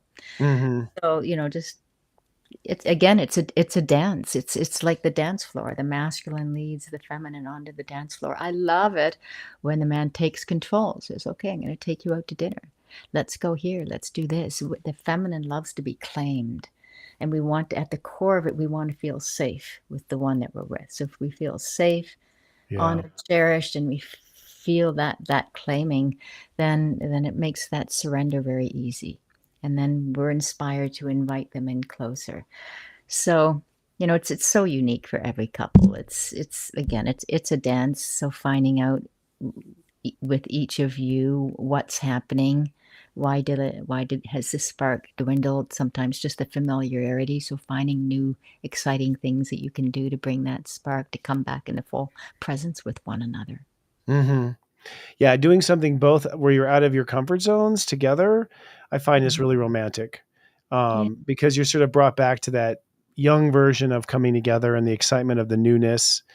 The other Mhm. thing I'll just point out too, I feel like in my work with spirituality and astrology that safety is directly proportionate to clear boundaries, Yeah. um, and just knowing how comfortable am I and where's that stop, and then sometimes titillation and excitement is the pushing of that boundary a little bit, Mhm. and so Mhm. boundary, I think boundary conscious use of boundaries of space and time, even time apart, is a boundary that draws in a hunger to be close again. So the Yeah. use of space and time, I think, is really important to trust, sex, intimacy, and longevity. Yeah. I love that. Thank you. Well, thank you. Fascinating. Well, you have a special offer from what I understand too. If I'm not mistaken, you have a quiz and ebook, your Sacred Pleasure and Prosperity Archetypes. Tell us about this. Yes. Well, there's 8 very specific archetypes, and I call them the Sacred Pleasure and Prosperity Archetypes. So there's a quiz that you can take to find out what yours are. It's actually very much like an astrology chart. That you have the one that leads the way. You can have some tied in first position, but usually there's one that's a little more dominant, and the rest are make up the rest of your chart, like your blueprint chart, and they're the Mm. support archetypes. We have all 8. But the top 3 are the most important ones. The one that's running the show, and then the second and third tend to be the supporting. So when you take this quiz, you'll find out exactly what they are. Now, in the quiz, all the questions are on money. And the reason for this is the quiz was actually created by a woman called Kendall Summerhawk. And she created the Sacred Money Archetypes. And in 2012, I was in her first group of students to get certified in that process. And the Wow. quiz is so brilliant as is. There's no need to change it. But then over the years, I noticed, wait a minute, these specific languages around money are not unique to money. This also shows up in self-care and intimacy. So through her permission, I can rebrand it, expand it into the Sacred Pleasure and Prosperity Archetypes. I've changed the names of some of the archetypes to fit with the pleasure as well. So in the ebook, it breaks down into all 8 archetypes, describes all the traits and qualities. So the part about prosperity is actually written by Kendall, and everything below that on intimacy and self-care is written by me. So if you go to, if you go to sacredpleasureandprosperity.com, and then when you get the checkout, it's only $7 for the quiz and the book, but I'm gifting it for free. Just enter in all uppercase Sacred Pleasure Gift.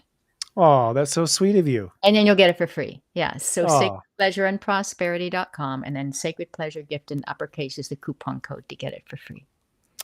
Well, thank you. I hope it leads to some new clients for you as well. I know in my audience, this is something that we are suffering from collectively, our cobwebs. And I know that we're ready to have love and make love and find each other. So I feel like you're the perfect medicine at the perfect time. Thank you. And yeah, once you know your archetype, it may not even be about a cobweb cleaning out. It could just realize, because each one has their own gifts. Each one has their own challenges. It might be, that's why I'm not good at that. It's just not my gift. It can be a lot of self-forgiveness that could, just happen with that. For example, my primary is the romantic. No surprise, I have a lot of the Venus in my chart. And, so for me, my gifts are, I don't tend to worry about money. I just trust it's in a never-ending flow. It will show up. My biggest challenge is paperwork. I suck at it. I procrastinate. It's not, we're pleasure seekers. No, it's to get to it later. I mean, I'm, good at maintaining a good credit rating, but yeah, the receipts, I have like a big pile. Whereas if you're the guardian archetype, that would be horrific to you. They're excellent money managers, really good at that. But one of their challenges, they can live through fear and worry that there might not be more where that came from. So that's just an example of a couple archetypes and how we can balance out by each other. So for me, it's beneficial to tap into my inner guardian, to just hire somebody to come in and help me keep it more organized. And the guardian can tap into their inner romantic and loosen up and enjoy some pleasure in life. I love it. You're speaking my language, fellow Taurus. I'm looking forward to reading about the archetypes. And thank you so much for coming on tonight and being a part of our community. We've given your website out. We'll also put it in the description. If you wouldn't mind staying backstage for a moment so we can say goodbye properly. We'll be back in a moment, everyone. Thank you, Jaitara Jayde. Thank you for being here today. Thank you. Much love and blessings, everyone. She was great. Her energy was so smooth. That Venus, 26-degree Taurus, just smooth. Venus in Cancer. Well, that was lovely. I'm kind of excited. I'm going to go figure out my archetype now and see what I am missing and what I can do. Thank you very much for reaching out and being on the show. Let's see here. Now for promotions. Well, first promotion is Leading Out Loud. We have our next show, Leading Out Loud, next Monday. It's at 9 p.m. Eastern, 6 p.m. Pacific. Our topic is going to be psychic imposters. We're going to be talking about all of us sharing stories of how to protect yourself and make emotional distinctions when you're reading psychic energy. So we're getting into the nitty gritty of how we work as mystics. Plus, we'll also probably be talking about and eavesdropping in on that presidential debate and giving our psychic impressions for that. So that's Leading Out Loud every Monday at 9 p.m. Eastern, 6 p.m. Pacific. Chris Rex, Scott Cruz, Devin Dewar, and myself here on Sirius Joy TV, or you can super chat with our audience on the LOL YouTube page. Sirius Joy is a spiritual guidance to personal success, and we just launched a new website at siriusjoy.com. By the way, we will be doing some special features. So in the future, if you're registered at siriusjoy.com for free and you watch Namaste today at the website instead of on YouTube, you will actually have special information about your chart unlocked underneath the show. So we got a lot of cool bells and whistles coming out. We also have weekly shows. Last week, by the way, I went live with the Golden Mega monthly address in the Grand I Feel. So the Golden Megas will be live this Monday. You can catch the address now in the live theater, which is above in the main menu system. Just hit Community Live Theater, and you can see the Golden Mega address there. I go through the entire month, and I answer 5 questions from our audience at the end. This week, we have Angel Intervention live with Devin Dewar and Heather Exposito. This is where our 2 ladies we'll tag team, Devin with the angels, Heather with the astrology, and we'll answer 3 questions from 3 subscribers of SiriusJoy.com and give guidance. This is live on Wednesday at 1 p.m. Eastern, 10 a.m. Pacific, exclusively for subscribers to SiriusJoy.com. Sharing is caring. We are so grateful for sharing us. The best thing you can do to help us out is just share Sirius Joy, my Namaste Today, the horoscopes, Astro Mingle. Just share it with friends and family because those introductions are truly priceless. If you want to hang out with us on social media, we are on Facebook, on a Facebook group called the SiriusJoy.club. Navigate to SiriusJoy.club. Be a part of our group. You can advertise your spiritual business or practice there. We have 3 simple rules. Simply don't talk politics. Be compassionate. And the other is, I think, don't talk about medical procedures. That's because of COVID. You can follow us on our Sirius Joy LinkedIn tree at SiriusJoy.social, by the way. So come to SiriusJoy.social and you'll have links to everything that we do, including some interviews that I have been in and been a part of, always updating that all the time. And if you'd rather listen instead of watch, we are the audio version of this will be available on Spotify, Stitcher, and Apple Podcasts. I want to say a special thanks tonight to Noelle Way, our producer. She is going on a hiatus now for the summer. We wish her well. We're grateful for everything she has done. We're also saying farewell for now to Mara Moon, our casting coordinator. She too is taking some time off. We have 2 new people joining right now, our staff. So we're going to have a fun summer exploring new topics with new staff. We'll be announcing that staff next week. We're excited. Special thanks to our director, Adam Turner, who recently joined our team. And special thanks to our faculty at SiriusJoy.com, Robbie Hunt, Kristen Ryder, Devin Dewar, Joe Zamet, Gwen English, Daiki Okamoto, and Heather Exposito. We have the best team on the planet. Special thanks to our super friends, Sydney, Princess Coffee Bean, Jill Louise, Margot Malia, Lori Ship, Nikki Anderson, I Saw You, Libra Lauren, Experimental Elemental, Erica, Michelle Kemper, and Michelle Bell, Cat Ryder, my soul brother, Dale Breakenship, I Saw You, Dude, Neptune Girl, Jamar, Justine Kelly, Sydney, and always Iggy and Nitu. All right, friends. Well, that's all we have for this wonderful week. We are so grateful to be a part of your life. I will be back next week with more. Until then, do remember, I love you. Live, love, be.